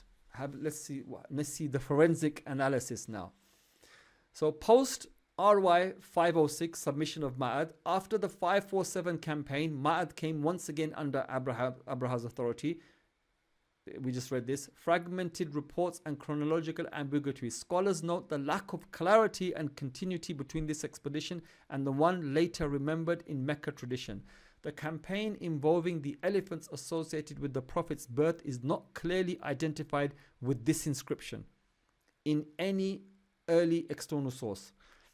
The key historiographical debate. Scholars like J. Smith argued that RY 506, this is the inscription, right, campaign and the year of the elephant are not the same. This means now that this campaign we have evidence of is the only campaign that we have evidence of that Abraha did, and it's got nothing to do with Mecca and nothing to do with Medina. They observe a chronological gap of over 2 decades, 547 versus 570. Hang on. Still, some Arab traditions conflate them or at least suggest a thematic or strategic continuity. Counting time gaps in oral tradition, the Arabs had an oral history, right? So we can't be sure on dates. So why do they keep saying 570? Arab geographical and historical conventions record 40 years between the Fijar War and the Prophet's mission, 40 years between the Prophet's birth and Hijrah, 70 years between Abraha's campaign and a later war. These are likely rounded symbolic numbers indicating generational time spans rather than precise dates. Scholar disagreement on historical equivalence. Rodinson, Beeston and Smith each offer different interpretations of the expedition timeline. One theory argues that the 547 campaign was an internal Arabian affair, while the latter campaign targeted Mecca specifically, as I said before. Another theory proposes that RY 506 was the first attempt and the Meccan campaign a second and final one. That's another opinion. It's the same as the first opinion. Strategic objectives of RY 506 versus the Meccan tradition.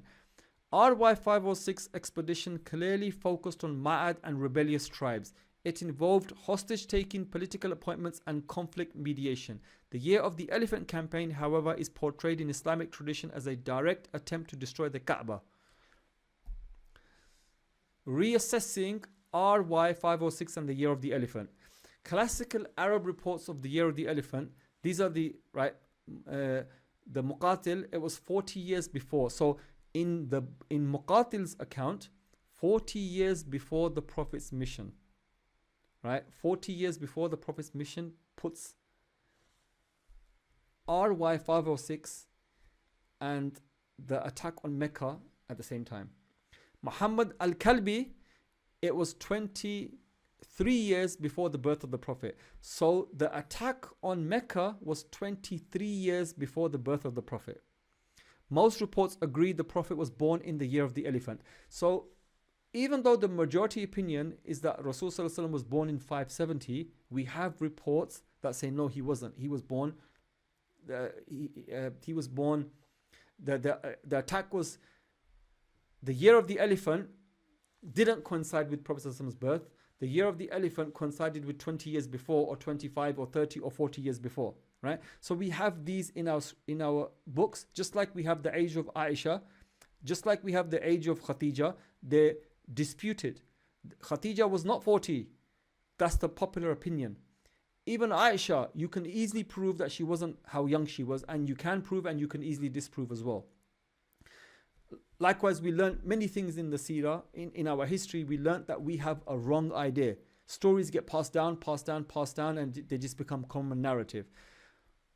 What's to stop me saying today that this expedition was the same expedition that also came to Mecca, right? Or what's stopping me saying that Prophet Muhammad was born at 570, but 570 wasn't the Year of the Elephant. The Year of the Elephant was 20-30 years earlier, right? If I believe this now, we have the evidence here. If I don't believe it, we don't have any evidence.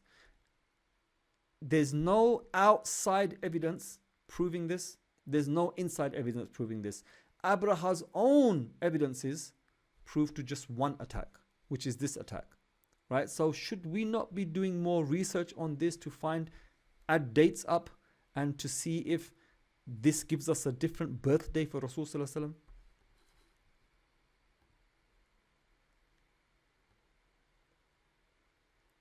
Yep, exactly. For me, she was age 28. And when we get to that part in the Seerah, inshallah, I'll give you the proof of that. There's no evidence. There's no evidence anywhere. There's no hadith. There's no evidence she was 40. Right? So now pay a bit more attention on this one, please. Chronological debate on the inscription's date. Beeston supports 552 CE as the date of the 506 inscription, based on the view that the Himyarite era began in 111 or 110 BCE. Kista, following Az-Zuhri. Az-Zuhri is one of the narrators of Seerah, by the way, one of the strongest narrators of Seerah. We touched upon this in Seerah Sources, lesson 2. Az-Zuhri disagrees and sees the date as 547, which he considers more politically plausible. Right. Is he trying to say, now we need to research the primary source material again. Is Kista saying that Az-Zuhri says that Rasulullah was born in 547? If Rasulullah was born in 547, this is the exact same inscription. But it doesn't mention, again, the problem is it doesn't mention Mecca, right? Why doesn't it mention Mecca? Maybe because Mecca wasn't that important. Right? But let's carry on. See, this is something for me to research now. Was Abraha's victory in 552 likely? At 552, the Lakhmid king Mundar was still strong. Only in 546 was Mundar defeated by Harith bin Jabala, leader of the Ghassānids. Therefore, Abraha could not have succeeded militarily in 552. The campaign must have taken place after 546, likely in 547. So this is how we're dating this, right? This is how we're getting these dates. Because Abraha, the dating is always going to be off in these things. The Ghassānids' political power, so the Ghassānids grew, Lakhmids weakened, yet Lakhmid control was still strong enough in Arabia. The campaign's success also relied on Yemenite control over North Arabian tribes, particularly those loyal to Ma'ad. The scholarly debate on the War of the Elephant. Before ROY 506 discovery, only Conti Rossini doubted the Meccan tradition. Noldike, now he's a big Orientalist, by the way. He's not a friend of Islam. Noldike defended the Arabic narration of the Year of the Elephant as early as 1879. After RY 506 publication, the scholarly lens shifted from traditional versus external sources to interpretation of the target. Competing interpretations of Abraha's goal. Meccan tradition, Abraha's goal was to destroy the Kaaba, rivaling Mecca's religious economic role. Before I even studied the Seerah, I had already got it into my mind that part of Abraha's mission was not just to destroy the Kaaba, was to disrupt Meccan trade. Because you can see how desperate Abraha is now. The minute he comes to power, he's invading. Why? Because the internal strife that Yemen faced under the change between Christianity, Judaism, persecution weakened Yemen's control over the trade routes. Yemen controlled all of it at one time through Kinda, right? And now he's going out to gain back again. So Mecca at this time, at this late date, we haven't touched Mecca, but Mecca has now started to rise. And because of the weakening of the Western board, Mecca is now able to trade. So it makes sense for him to say, okay, I'm going to destroy Mecca and I'm going to carry on and destroy North Kinda, Luchem. It makes sense, right? So I hypothesized that it was to do with trade. Now, I have to ask a question here. Where does it say in any source outside of Akhbar that he came to destroy the Kaaba? Why the Kaaba? Surah Fil talks about making war against not Surah Fil. Yeah, Surah Ila fi Quraysh ila fi no. Alam tara kayfa fa'ala rabbuka bi ashabil fil. Yeah, Surah Fil. Right? Surah Fil talks about Allah dealt with the people of the field. That's all it says. Surah Fil doesn't talk about a people coming to destroy the Kaaba. What if Abraha came to destroy Mecca? And the Arabs just changed it and said, oh, he came to destroy the Kaaba. Because why would a person travel halfway across the world just to destroy a shrine? Unless there was a political, economic role behind it. Right? So either there were two expeditions, or either there was one expedition and he went like this. And the purpose of destroying the Kaaba was so that the fledgling Meccans who had just gotten into trade will have no money coming in, and their own trade will collapse, which gives him mastery over the trade routes. Because now the trade deals are done by the Meccans, because the Meccans are now for the first time in history in a position to make trade agreements with empires, which we'll look at next lesson inshallah. So cut them off before they get too powerful. Right? This has always been my theory. Right? Now, you can hold the air this way or you can hold the air this way. He came to destroy the Kaaba alone, or he came to destroy the economic trade and the Kaaba. It's the same thing. But to say he came to destroy the Kaaba on its own, you have to, it's a stretch. You have to really, why would somebody want to do that and spend $1 million, in today's currency, millions of pounds, right, to march up to destroy with an army, right? It's just food for thought, okay? Food for thought. So, Meccan tradition, Abraha's goal was to destroy the Kaaba. Alternative view based on the inscription and Propitius' report, Abraha's expedition was not aimed at Mecca but at subduing North Arabian tribes, notably Ma'ad. Now, I don't go this far. Because I'm a Muslim and I believe in the Quranic story. So I say that he had to have come to Mecca to destroy the Kaaba, right? So, but it could have been the same expedition, or we have yet to discover another inscription that talks about that. What about the Medina expedition? The Medina expedition is a mix-up in dates. It wasn't done by Abraha, it was done by one of those Yemenite rulers, because they have similar names, right? Tuba, and like this. So Mecca's position in the trade network. The debate hinges on how prominent Mecca truly was between 547 and 570, as I just mentioned to you. If Mecca was already a powerful city, the expedition could align with its targeting. But if Mecca was still a minor trading stop, Abraha's campaign was likely not directed there. This part is Orientalist, by the way, not directed there. We have to believe it was directed there, which would mean a later expedition, which we haven't found evidence yet, except for it being mentioned in the Quran. As I said, this is my line.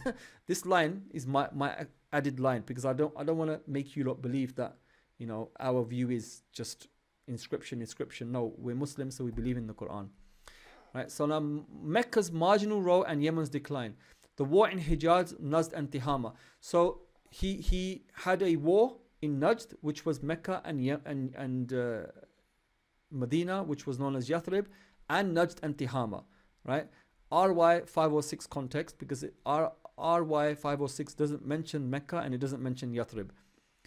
It indicates that Abraha's campaign was fought not between Mecca and Yemen, but between Abyssinia, Yemen, and Lakhmids and their vassal tribes. It was a larger political game. At this time, Mecca was insignificant, merely a pilgrimage site and transit station for Byzantium and Iranian trade.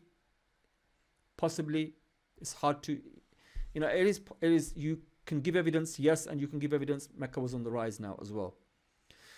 No independent Meccan trade had yet emerged.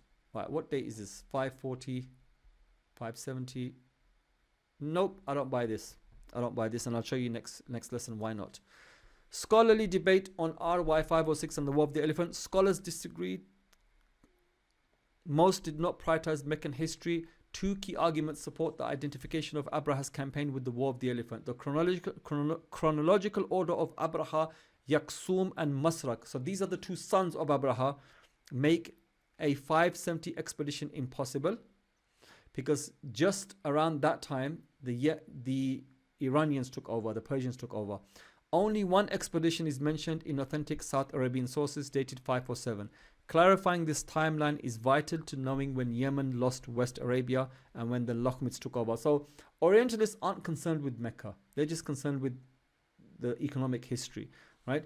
But I believe if Zohri is saying something else, right? And it's possible that Zohri is saying what I think he's saying, but internally I still believe that this is a big stretch, right? Unless we don't see a strong evidence saying that this, we have evidence, but we need to weigh the evidence up now.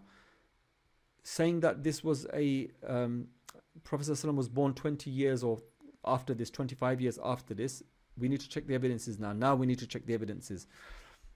This inscription refers to one attack that attacked everything, right?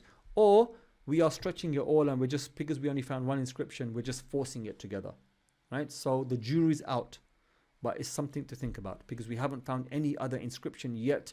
Abraha meticulously wrote down the names of what he did, but he never mentioned Mecca or Yathrib. And no outside account mentioned it as well. Abyssinians controllers bypassed this. Yemen with Kinda help dominated in sense trade with Mecca as a mere transit station. No West Arabian city, including Mecca, had trade independence. So up to 525, no Western Arabian city had trade independence because it was controlled by the Yemenites and the Kindites and Ghassan up in the north. After 525, West Arabia saw shifting control, which is when slowly the Arabs, the Meccans got involved. Right, so now the Ghassan and Lakhmid, I'm tired, you're tired, so let's just bypass this. This is the fight between them two now. So it's the last part left. Right.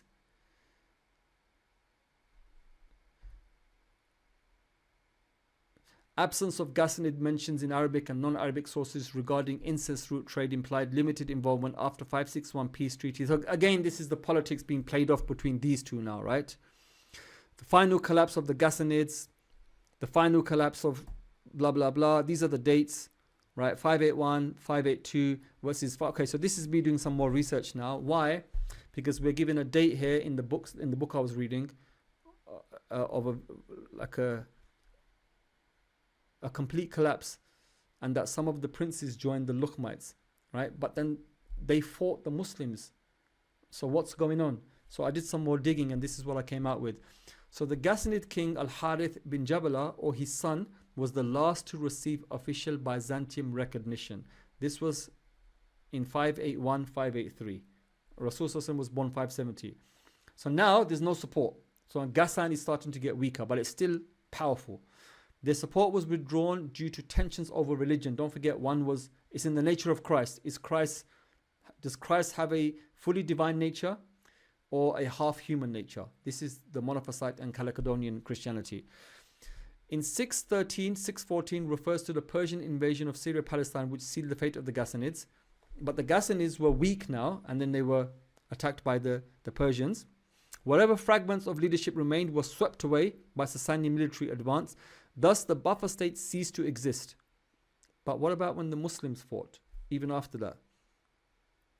So Byzantine disengagement, 581, and then 613, the Persians destroyed them. But what about the Battle of Mut'ah? Right? It was the Romans that the Muslims fought against. The Seerah stories tell us it was the Romans. And it wasn't obviously the Romans, what they meant was the Ghassanids. So I've done some more digging. So in 8 Hijri, which is 629, right? So in 614, the Persians dealt them a decisive blow. But they're just like a snake, man. They just don't die. In 629, Prophet Muhammad sent Zayd ibn Haritha, Ja'far ibn Abu Talib, and Abdullah ibn Rawaha to engage forces near Mut'ah. Now all three of them died, right? Zayd gave the flag to Ja'far, Ja'far gave the flag to Abdullah.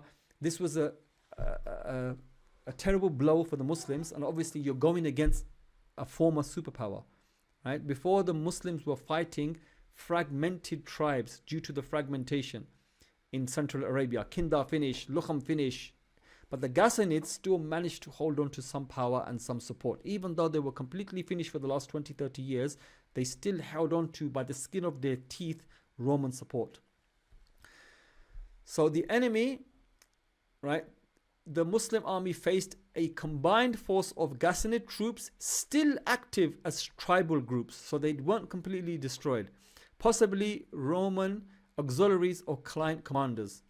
Khalid ibn Walid heroically led a withdrawal, so Khalid ibn Walid managed to get them out of there, saving the army. The Ghassanid kingdom had collapsed, but the Ghassanid tribe still existed. They remained allied to Byzantium, perhaps in lesser military or looser military capabilities, and still opposed Islamic forces on behalf of the Romans. So this is the only way we can explain, because we know they were decisively destroyed, right? But they still managed to hold on to some sort of a semblance and some sort of a power. That's why the Islamic sources mention that the Muslims went to fight the Romans, and that's why they say that 500,000 Romans mobilized. Forget that date, right? Forget that number.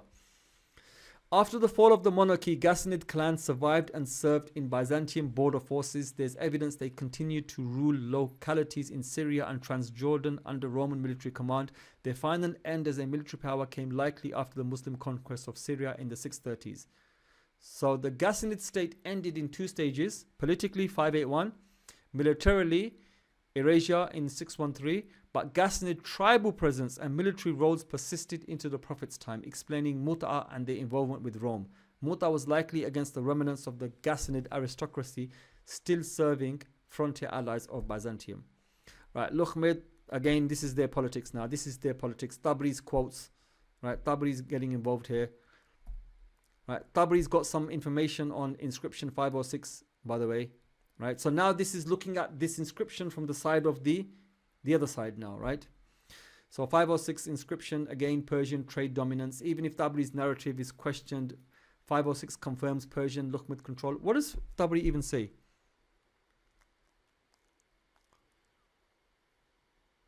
Okay, I don't know this. Arabic confirmation of Persian rule in Hijaz and Tihama. Sources like Ibn Qurdahab and Yaqut confirm Lakhmid Persian. So this is now giving the same evidence from the other side, right? So each time a chapter changes, they give the evidence from their side. That's why we have repeat information. I'm going to bypass over it. There is a poetic source reveals that the tribes of Aus and Khazraj after the mid-6th century succeeded the Jewish. So when the Ghassanids became, it's a repeat, right? It's just looking at those tribes now. So when the Ghassanids became weak, the Lakhmids became strong. They became tax collectors, right? So look at this now. A poetic source reveals that the tribes of the Aus and Khazraj after the mid-6th century succeeded the Jewish tribes in Medina and Tihama. A poet says, we pay tax after Kisra's tax and after the tax of Qurayza and of Al-Nadir. So Bani Nadir was a Jewish tribe. So it seems like they were tax collectors for the Lakhmites who were tax collecting for the Persians, right? So Lakhmite control was covering Yathrib, and Lakhmite control was getting to Taif. So no trading for Mecca at that point. This shows full continuity with earlier reports about Lakhmid supremacy, especially as these Arab tribes were submitting to foreign dominion before becoming prominent Islamic tribes. Now, evidence of Lakhmid control over Hawazin tribes. 2 rare contemporary sources provide evidence for Lakhmid control over the Amr bin Sa'as tribe, a branch of the Hawazin living around Ta'if. A Hijaz poem from Yazid bin Abdul Madan, a poet from Najran, targeting Amr bin Tufail, chieftain of the Banu Amir, recites, O men of Tariq al-Ahzan, and men of Amr bin Tufail, the sleepyheads, his people's tax belonged to Muharrik for some time and then to An-Nu'man. The kings of Hawazin aligned their fakhr against me and I came with the Banu ad-Diyan. The poem confirms a taxation hierarchy under Lakhmid oversight, first to Muharrik, a known administrator, and then to Nu'man, the Lakhmite king. Amr bin Tufail's response directly acknowledges the Lakhmite political order, indicating, so he's writing poem against them, proving, and then he responds, proving it double, right? So according to Kitab al-Ghani, citing both al-Kalbis, Mundar and blah blah blah, implemented peace policies by reconciling al-Bakr, Taghlid, however the influence declined. Okay. Nu'man is described in sources as Amil of Kisra over Hira and the surrounding Iraqi territories. This implies a loss of control over Arabian tribal regions, including the Hijaz. Right, Harb. Now I left this in deliberately because I don't believe this story. It's an Orientalist-based understanding, but I left it in just to show you what the Orientalists like to say. Harb al-Fijar is mentioned in the Seerah. It's important because it's to do with a disgraceful war that the Quraysh were involved in, and it's disgraceful because it was held during a sacred month. Right, the Quraysh got dragged into it. Rasul's name comes up as a young boy between 14 and 20. His only role was to collect arrows for his uncles. But I've also heard that that role is disputed as well.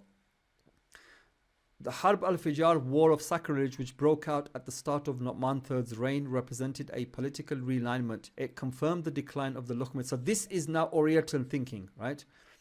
The conflict destroyed remnants of the old Lakhmid. This Muslim sources say that this was a man was killed during one of the sacred months in a market, in one of the markets, Uqaz or Majanna, right? So this market happened during the sacred months, no fighting. It was in, I think it may have even been in the Haram area. So killed, right? So now revenge, right? But because this war happened at a crucial time when everything was collapsing, and then the Meccans rose. So they're linking this war because these tribes were the same tribes that the Qurayshis were aligned with a group of tribes that was fighting another group of tribes. Then the other tribes were the ones that were working under the Lakhmids, and the Lakhmids were failing. That means that those tribes are getting weak, and the Qurayshis are rising and fighting those tribes for economic gain. This is what the Orientalists want to prove, but I don't believe that, because I know tribal honor, tribal code, fighting. If you kill somebody, blood wit, and they would fight each other. So Harb al-Fijar was a series of battles. By the way, it was over 4 or 5 years, but actual fighting was only about 6 days. It was a series of battles fought in the pre-Islamic period between the Quraysh, allied with the tribe of Kinana, and the tribes of Qais, Ailan, particularly Hawazin. These battles occurred in the sacred months during which warfare was traditionally forbidden. Hence the name Fijar, meaning a violation or sacrilege. It took place in the late 6th century before the mission of Rasulullah.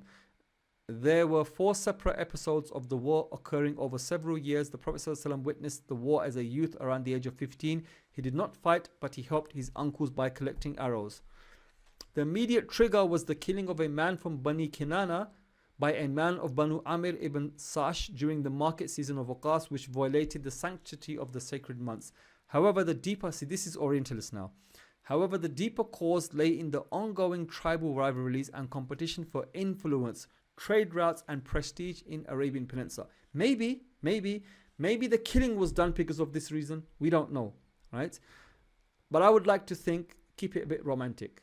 It was just a trade fight, and he killed him. And they went to war. The war was considered shocking because it broke long-held traditions of peace during sacred months, and it contributed to the growing tensions and shifting alliances that shaped the political climate before Islam. The deeper implications of Harb al-Fijar when considered... See, this is pure nonsense now. When considered alongside the extensive materials... See, this is now AI, after reading 30 pages of the book. AI is using its own brain now. Because I didn't believe it. So I challenged the evidence, right? So now AI is using the evidence against me. The deeper implications of... I left this in deliberately, by the way, to show you a lot. When considered alongside the extensive materials you've shared, especially those detailing the power struggles between the Lakhmids, Ghassānids, Kinda, Himyar, Byzantines, and Persians, reveal that this war was not merely a tribal skirmish. Rather, it reflects a larger geopolitical fracture in the Arabian Peninsula's role within international trade and imperial dependence. Maybe AI is right. Maybe the Orientalists are right. But I'm still on the fence. Arabia's role in international trade was shifting. The sources you provided consistently underscored that control over the incense and caravan routes was of immense strategic importance by the 6th century. So this is AI giving me its conclusion based on reading half the book. Yemen, Himyar had been the primary gatekeeper of the incense trade. Persia, Byzantium, I've had enough. And so have you lot. Your documents note that the Kindite Federation collapses in the 6th century. So basically AI now is trying to prove using 30 pages of evidence why this war was a war to do with high stakes economy and not just 2 people killing each other. Maybe, right?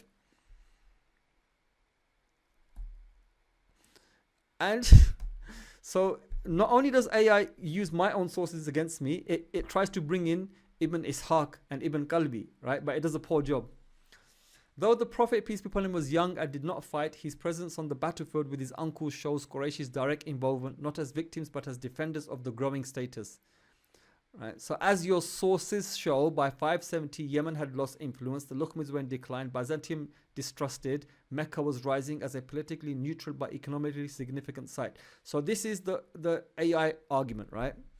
So then I said to AI, I said, okay, you know what, I want to teach this to my students because they need to know what arguments Orientalists make. So I said to AI, make me a list from everything that I fed you and give me the Orientalist argument and then give me the pre-Islamic Arab argument, right? So now look at the difference, right?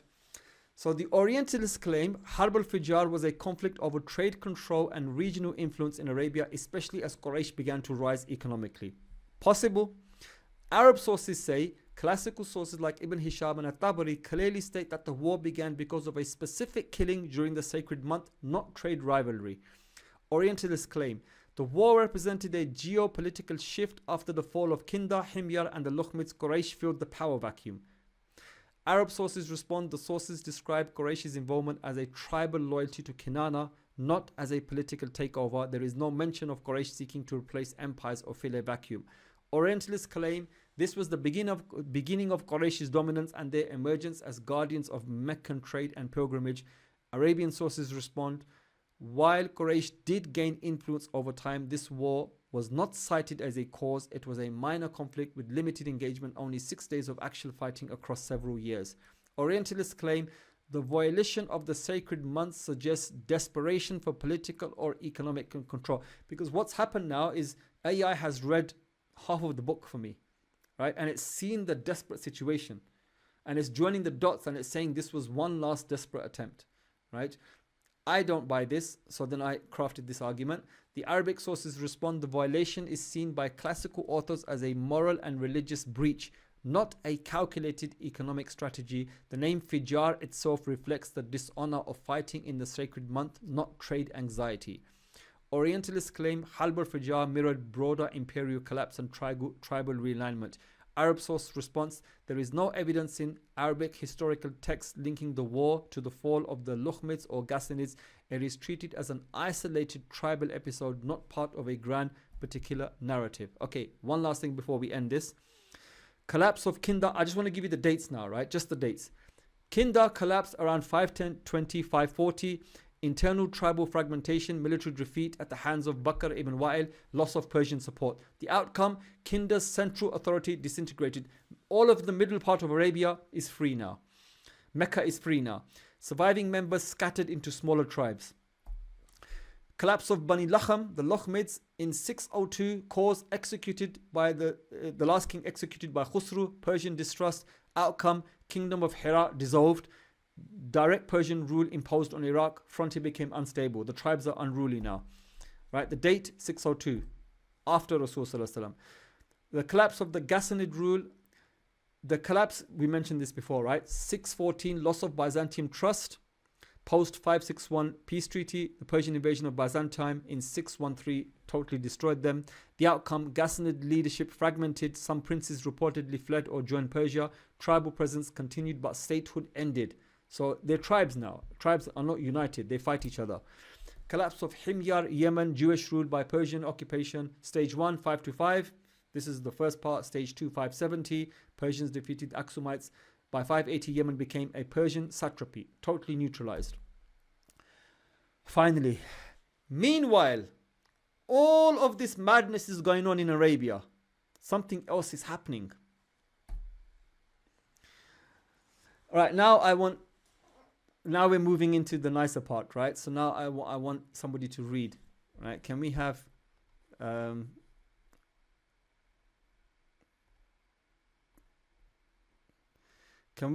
Shahid read, please?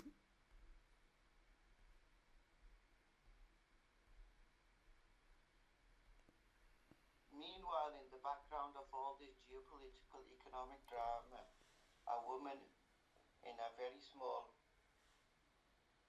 settlement of tents by the name of Fatima bin Said ibn Sail al-Uhriya of the Bani Udra, a branch of Banu Azra, descended from Qatan, married a man called Kilab ibn Murrah. She had a son from him who was named Qusay in around 480 CE. Sadly, her husband died and she married another man called Rabia ibn Haram from the Bani Udra as well. Kilab's full name was Kilab ibn Murrah ibn Qaib ibn Luay ibn Ghalib ibn Fir bin Malik ibn al-Nadr ibn Kinana. He had two sons, Zuhra ibn Kilab, ancestor of Bani Zuhra, the clan of Amina bint Wahb, the Prophet's mother. Qusay ibn Kilab was the second son. Rabia ibn Haram, the second husband of Fatima, a man from Banu Udra in the region of Al-Sham, Great Syria. He raised Qusay as his own, and Qusay believed him to be his biological father until his teens. Qusay grew up with that Levantine guy. I was supposed to write here Qusay grew up with a Levantine outlook. So he was Levantine, right? So he must have grew up around the Romans, around Syrian people that dressed like Romans and all that business. So his personality, everything was Levantine. I deliberately cut out Qusay ibn Kilab, who he was, because had I mentioned who he was, if you know who he is, then the whole game is given away. So I cut that out, otherwise you would have read that as well. Right, okay, can we have Fatima read, please? Oh, okay, sorry. Yeah, okay, this is a slide that I pulled and just brought forward. The most important thing I'll read here is that when during a fight, so Qusay is with his stepfather in Syria and he has a fight with his cousins. And during a fight, they said to him, you are so-and-so, you're not even of our family. You are the son of a second man and you've been adopted and you don't even know about it. Right? So he became very sad. So he went to his mother and he said, Mother, what am I hearing? And his mother said, you are of better lineage than your cousins. Right? Oh my son, your descendant is nobler than theirs. You are the son of Kilab ibn Murrah, and you and your people live in the proximity of the holy house in Mecca. As a result of this, Qusay returned to Mecca and his people. Now, one evidence that you're paying attention to the Seerah is that you remember these points. I realized when I studied Seerah and I started to write this down, and I came across probably more than a dozen, and I didn't finish the Seerah and I didn't finish doing this, dozen places where I saw repeats of events happening 2 times. Right? This is the first event. Now he's in Syria, he gets told something, and this guy goes to Mecca.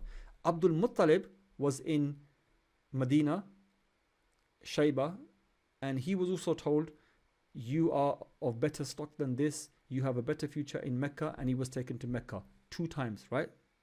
Prophet ﷺ was told by, she had a dream or something, and no,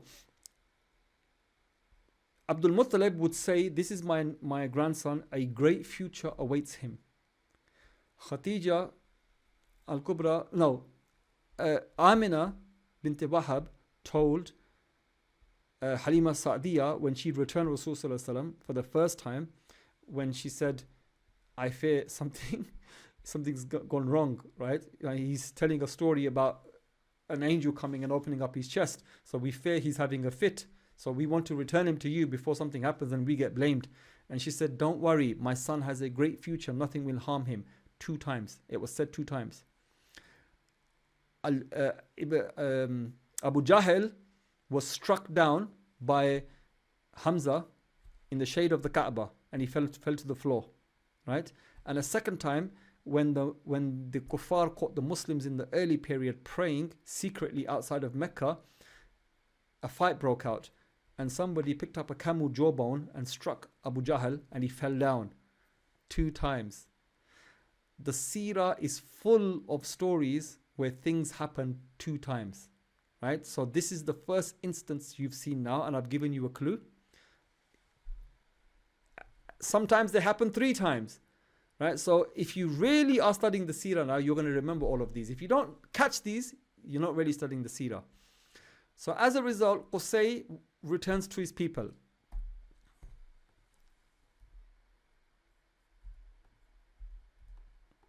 Sorry, my computer's, the heat is making it freeze. Right, I'm just going to bypass, this is an old lecture, I'm going to bypass everything.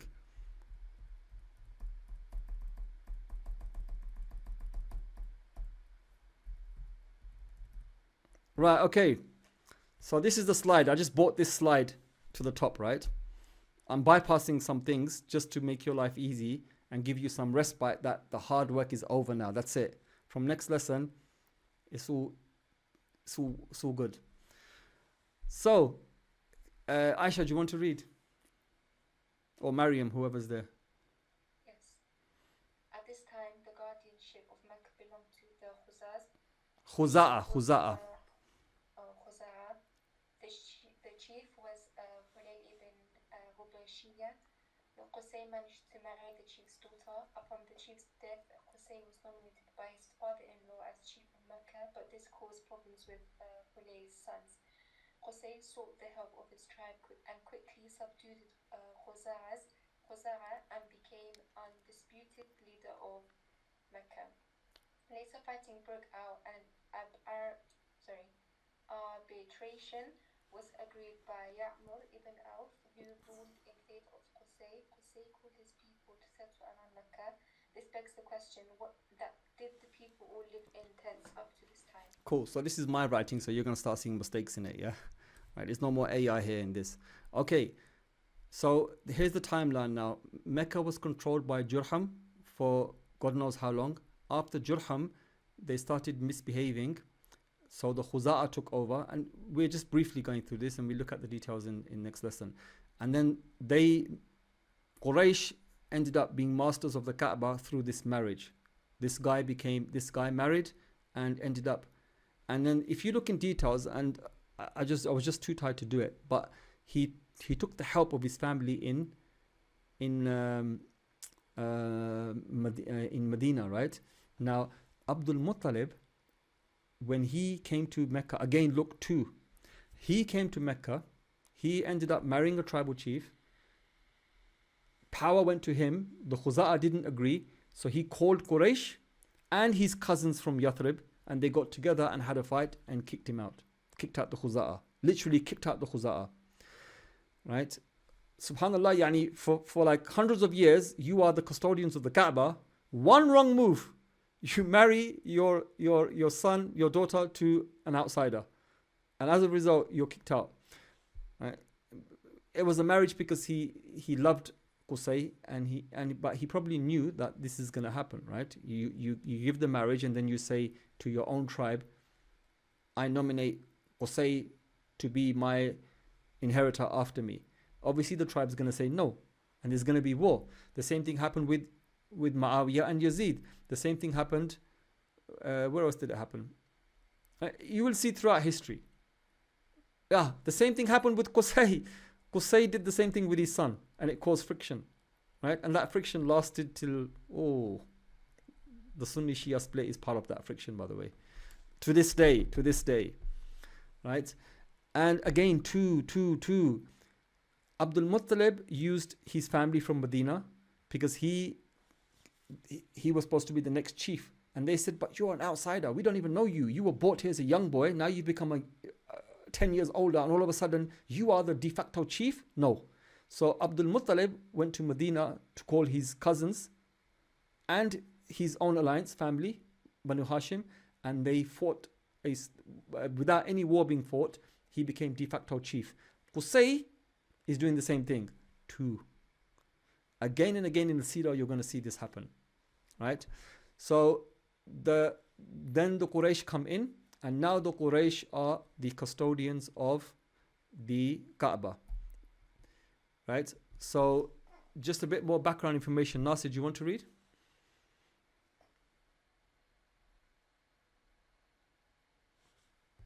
Is he on? Nasir? Or can we have Safran read, please? Yeah. The Jurham ruled Mecca for a long time, until the time of Mudad ibn Amr al-Harith, circa 200 CE. Realizing that their power was on the wane, the Juramites buried the well of Zamzam, and inside it he buried the treasures of the holy house and 2 golden gazelles gifted by the king of Yemen. The Banu Khuza from the Azad Khatani tribe from Yemen. They ruled Mecca for 400 to 500 years, traditional estimate. It was at this time that Asaf and Naila performed coitus in the sacred house, supposedly. Others were ousted by Qusay ibn Kilab. Khuza'a were ousted. Hey dude, what happened to your English? Khuza'a were ousted. Ousted, okay. Khuza were ousted by Qusay ibn Kilab, who had support from Banu Bakr ibn Abd Manaf ibn Kinana around 440 CE. Qusay also called upon his extended family from Yathrib for support. The clan of Banu Adil ibn Ka'ab, his maternal relatives, who were descendants of his maternal grandfather. Okay, so this is where I want to leave it at. Yeah, this is where I want to leave it at. And next week we will start from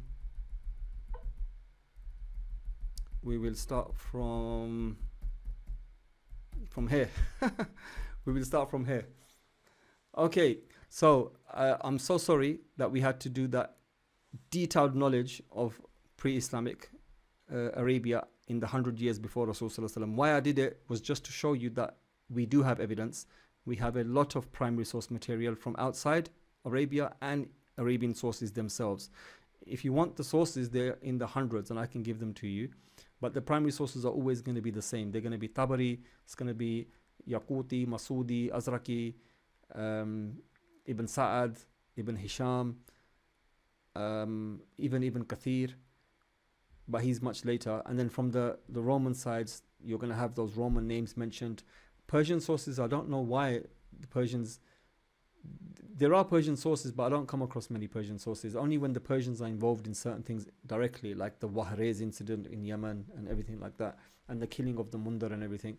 But the Persian sources are not as easy to see as the Roman ones. The Romans, we should just write everything. But the reason I did this is twofold, because it's deeper Seerah, so I had to give you the evidence, right? And the reason it went on for so long is because the book argues extensively, and it will argue from the side. So for example, if we look at Yemen and Kinda, right? So it will start from Yemen and how Yemen's ideas were for Kinda, but they may have been covered in Rome and Yemen, but that was looking at it from the Roman side.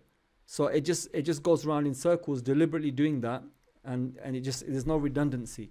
And obviously the book is in much more detail, and I would not have had time to do it myself. So I just page by page stuck it into AI, and I said, AI, write me up a summary. And the summary was crap. So I would spend revision after revision saying, no, you've left this out, AI. AI, you've left this date out. AI, you've left this out. And then I've just copied and pasted it. So I'm not going to do that again. You know, it doesn't make for good reading, but it's just to show you that look how noisy Arabia was, right? It was like ongoing perpetual warfare, right? And bang in the middle of it sat Mecca, and Mecca was in no position to trade. Mecca was not a trading city at that point. And that's the reason why we don't have Mecca as a big trading city that the Orientalists would like to say, where is it? Right? Because Mecca only became a trading city right at the very end, and then Islam came. And when Islam came, the power shifted again. It was no longer in Mecca. Power went to Medina. Very quickly from Medina, power went to Basra and Kufa and Damascus. So these are the reasons why you will not see signs of trade in Mecca. And how could Mecca even have been a trading city with all that noise going on? You can clearly see that trade was completely controlled by the superpowers. Internal trade was dictated by the superpower. It's like the IMF. The IMF will give you money and then dictate its terms. The superpowers would have vassals and then dictate to them, and the vassals would just do what they were told to do. And the vassals would fight themselves to stay in power with each other.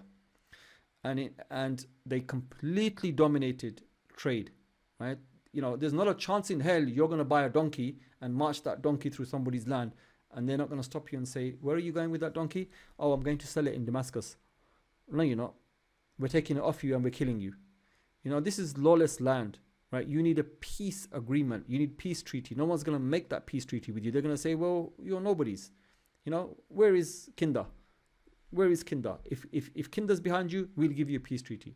Kinda's are going to be like, we never heard of these guys, right? So that's why Mecca at that point, it's even argued that they weren't even living in dwellings. They were living outside of Mecca. Quraysh were living in tents. People who are living in tents that don't even have a house, how are they going to trade against the superpowers of Arabia, Kinda, Himyar, Bani Lukham. It's not going to happen, right? So I just had to do this just to get this out of my system. It's out of my system now. Next week, inshallah, we're going to look at Mecca's trade. Now, Mecca needed to rise. Mecca needed to do its trade. So in a vacuum, how did Mecca establish its trade? Right? And that's interesting. So we're going to carry on with, we've already gone into Mecca now, right? Qusay and everything. We're going to do all of that, right? We're going to look at Mecca. We're going to look at the ancestors of Rasul Sallallahu Alaihi Wasallam. And then we're going to get to one specific ancestor, and then we're going to introduce trade, because he was the one that introduced trade, and it's referenced in the Quran. So we need to give some evidences for that, and then we're in the Seerah. That's it. So after that, there's no more of this archaeology and linguistics and all this Roman business. None of it. It's just biography, inshallah. I'm not even going to ask you, have you got any questions, because I know you haven't. Right, so thank you very much, everybody, for today's lesson. May Allah reward you. You sat there for 4 hours listening to something that was just the most boring thing to listen to in the world, even for me, right? But it's just that I want to be true to deeper seerah. So at least you've been exposed to it. If you never understand one word, it's not a problem. If somebody challenges you, an Orientalist or somebody, you know, they bring up an argument, you're going to be like, no, there is evidence. There's a lot of evidence. You know, I've seen it myself. There's a dearth of evidences in all sources, Roman sources, Arab sources, Persian sources, talking about everything in great detail. So we're not going to buy any Orientalist argument so easy. One thing that we've learned from here today is the inscription of Abraha, how Orientalists sometimes do mad ones, and they will stretch it just to fit their narrative. So I need to do deeper research on this. Are the Orientalists stretching it just to fit their narrative, right? Or is it possible to stretch it? Can we use Islamic sources as a possible lifeline to then stretch that date and say, oh, this possible refers to Mecca as well, even though Mecca is not mentioned? Or was there a separate war? It's just, as a historian, when you critically analyze, you have to think like this, right? You have to think like this. Okay, so may Allah reward us. That was a big one, but it's over now.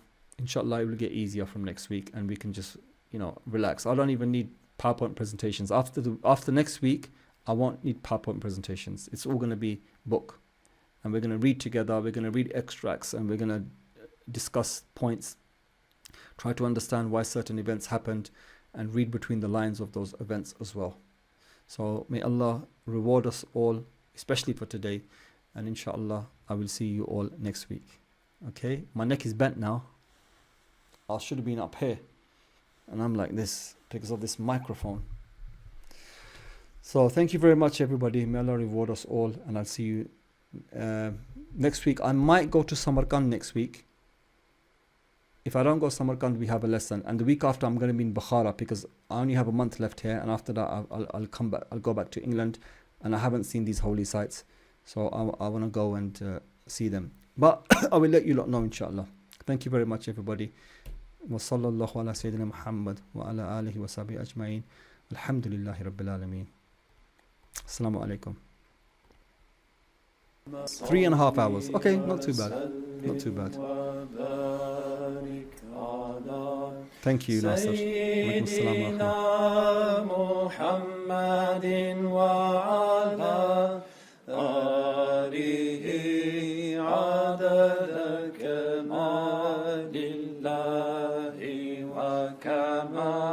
يليق بكماله اللهم صل وسلم وبارك على أسعد محمد وعلى آله عدد كمال الله وكما يليق بكماله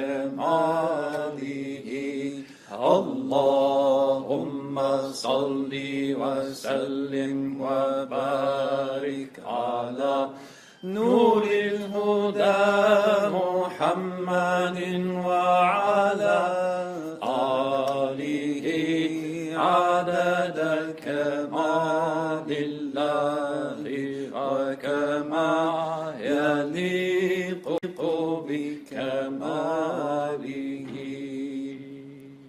اللهم صل وسلم وبارك على سيدنا محمد وعلى آله وصحبه وسلم.